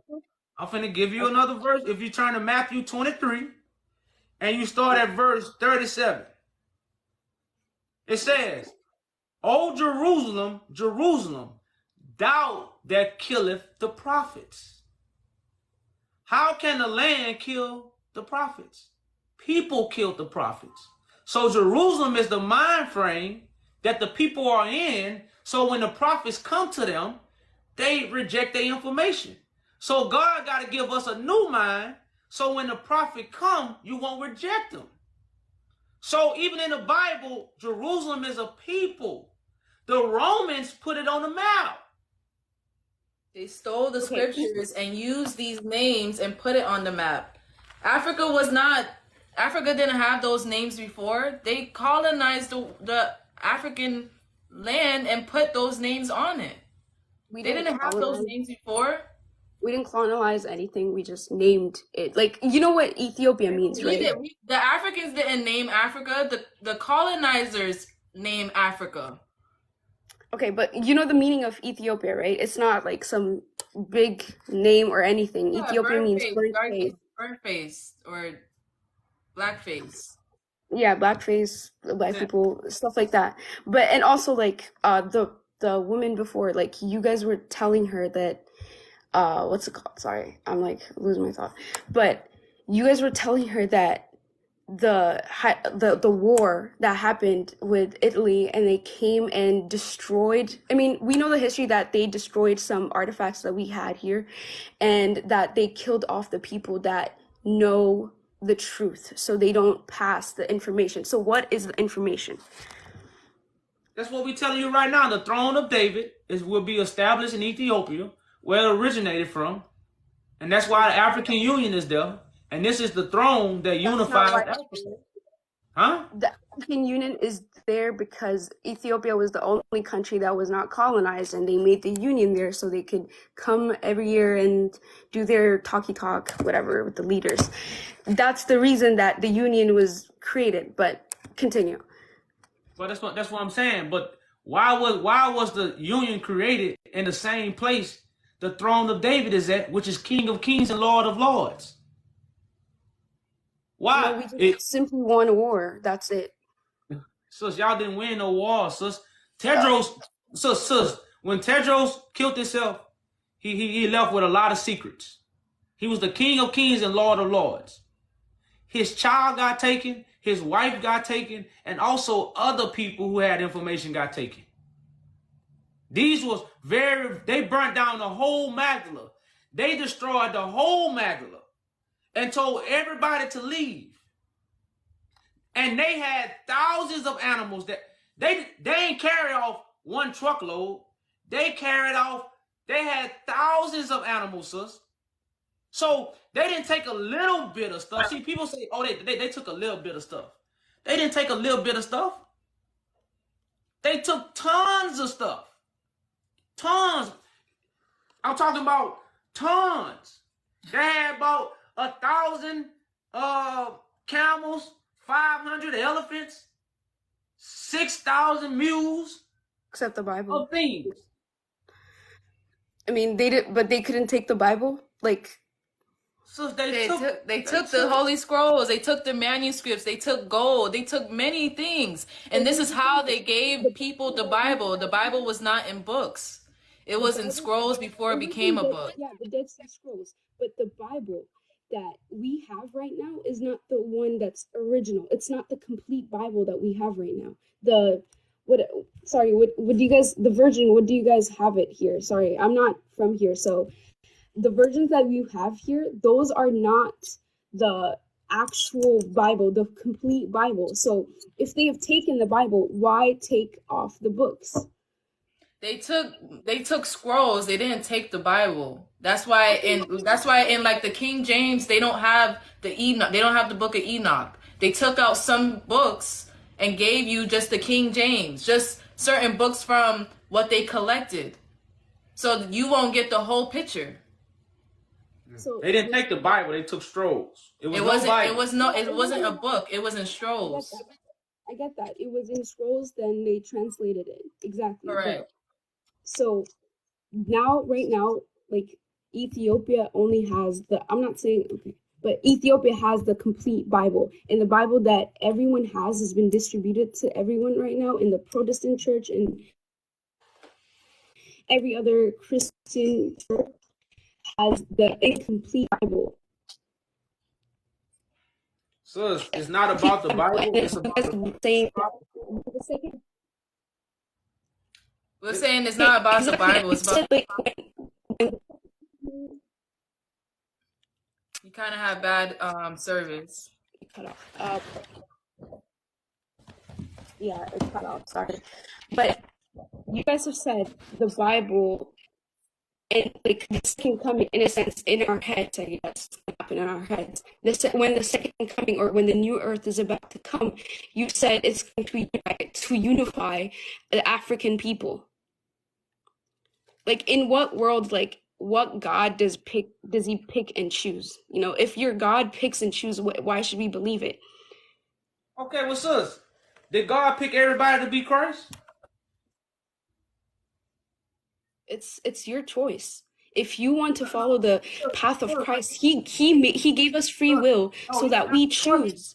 I say, did God choose everybody to be Christ? He knows that everyone's going to choose him, so not everyone's chosen because they didn't choose him. Because for right now, let me tell you this. Right now, anyone that has committed any crime or sin or anything can turn to Jesus right now if they wanted to. So it's not a matter of, oh, you forgot it. Because you're not hearing what I'm saying. Sorry? God chooses. That's what God does. God chooses the one that's worthy because everybody is not worthy to govern. Everybody wasn't Moses. Okay, God chose Moses. God chose everybody. There's nowhere in the Bible where God chose everybody. Okay. The only time that God chose everybody is coming from people's lips because everybody is telling lies. God don't choose everybody. It never happened that way.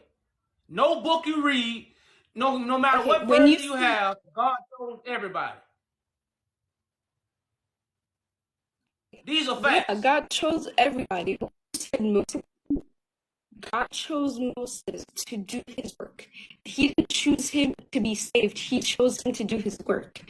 Everyone is saved if they choose to be. Everyone is saved. What is that? Holy Bible, Ethiopia verse. Okay, I have one too. I mean, I have one directly from Ethiopia. So. Got this one? Okay. I mean, no, I just need the Bible. I don't need any other book. I just need the Bible and the Word. And look, that's where you're wrong. You know what Bible? I don't know what you're saying. Hold up, but you know what Bible means? Bible means collection of books. So what the Romans did, they collected the books they wanted us to have. And now that's the only ones we read, the ones they collected for us, because they the ones that stole all the scrolls. I'm not reading the Bible that you're reading. And I'm telling you, I'm not reading the Bible that you're reading. So we're not in the same page. I'm not reading the Bible. I'm a native to Ethiopia. I was born and raised there. So, okay, you might know more history than me because you paid more attention or something, but I was born there and I was taught the book directly from the people that live there. Well, that's why the book tell you Christ I know that you're saying, and I've said it. Well, yeah, but that's why we bring out Christ as the teacher of the Bible. Christ is the teacher of the Bible, not the people that read it. And that's why we say these things. These are the facts of the matter. Christ is the teacher of the Bible, not the people that read it. These are facts. You know. But we thank you for coming up, though, sis. You got some bad feedback. Sure. Thanks for coming up, sis. Sure. But thank you for having me. But please read up on our history. Thank you. The E form, the seven. I told you. Wait, what was that for? The E form. What's that for? I don't even remember that. Man, you can cancel it. Yeah, but I ain't gonna get it back. No, you can. Okay, we need to get off and do that. Get these. We just said enough. Yeah, ain't nothing else there. Nothing to talk about. Is that last one, I think? Yeah, man. Peace. We'll come back tonight. You get a little settled. Yes, can you cam up? No, I don't want to turn my camera on. It's broken. Well, you can't. You gotta kick it down, then, brother, man. I'll go to the next person. The thing's broken. You won't be able to see anything. All right.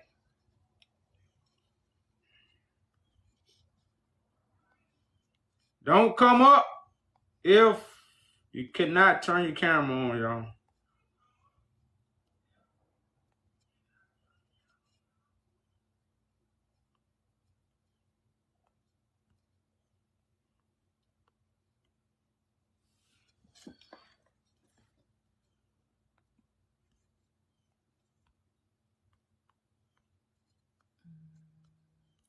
This guy.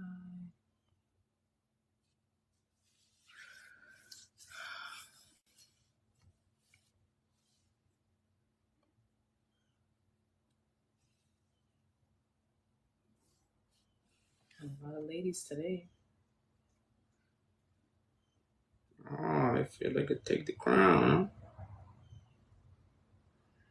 What's that for again? I don't remember.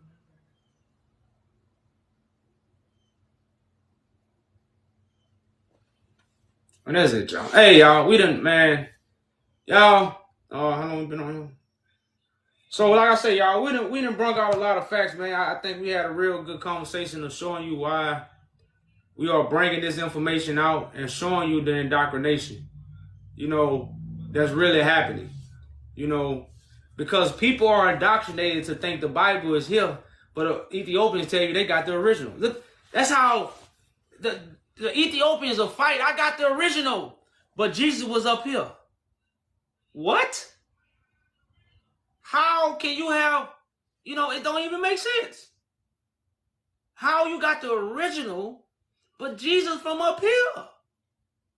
This is called indoctrination. That means it's within you. The deception is so in you, you blind to the truth. And that's the blindness of Israel. You know, they can't even see Israel is blind. And we showing you, they literally, it's documented. This Israel was created in 1948. They couldn't fight this one in 1948. The people couldn't find it out. The world couldn't find it out. You see what I'm saying? These things that, you know, we couldn't find out.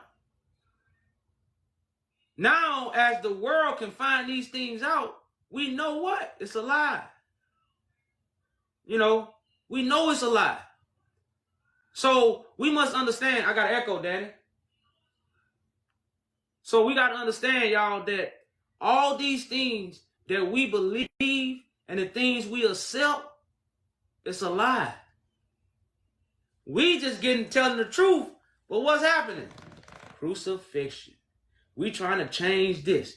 We just trying to reveal something that's true. You don't have to believe it.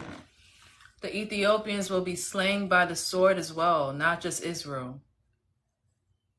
Shoot, Israel is Ethiopia. It say, we might need to read it again for them. If we go to Amos, I'm going to read it, y'all, 9 and 7. It says, Amos 9 and 7. It says, are you not as the children of the Ethiopians unto me?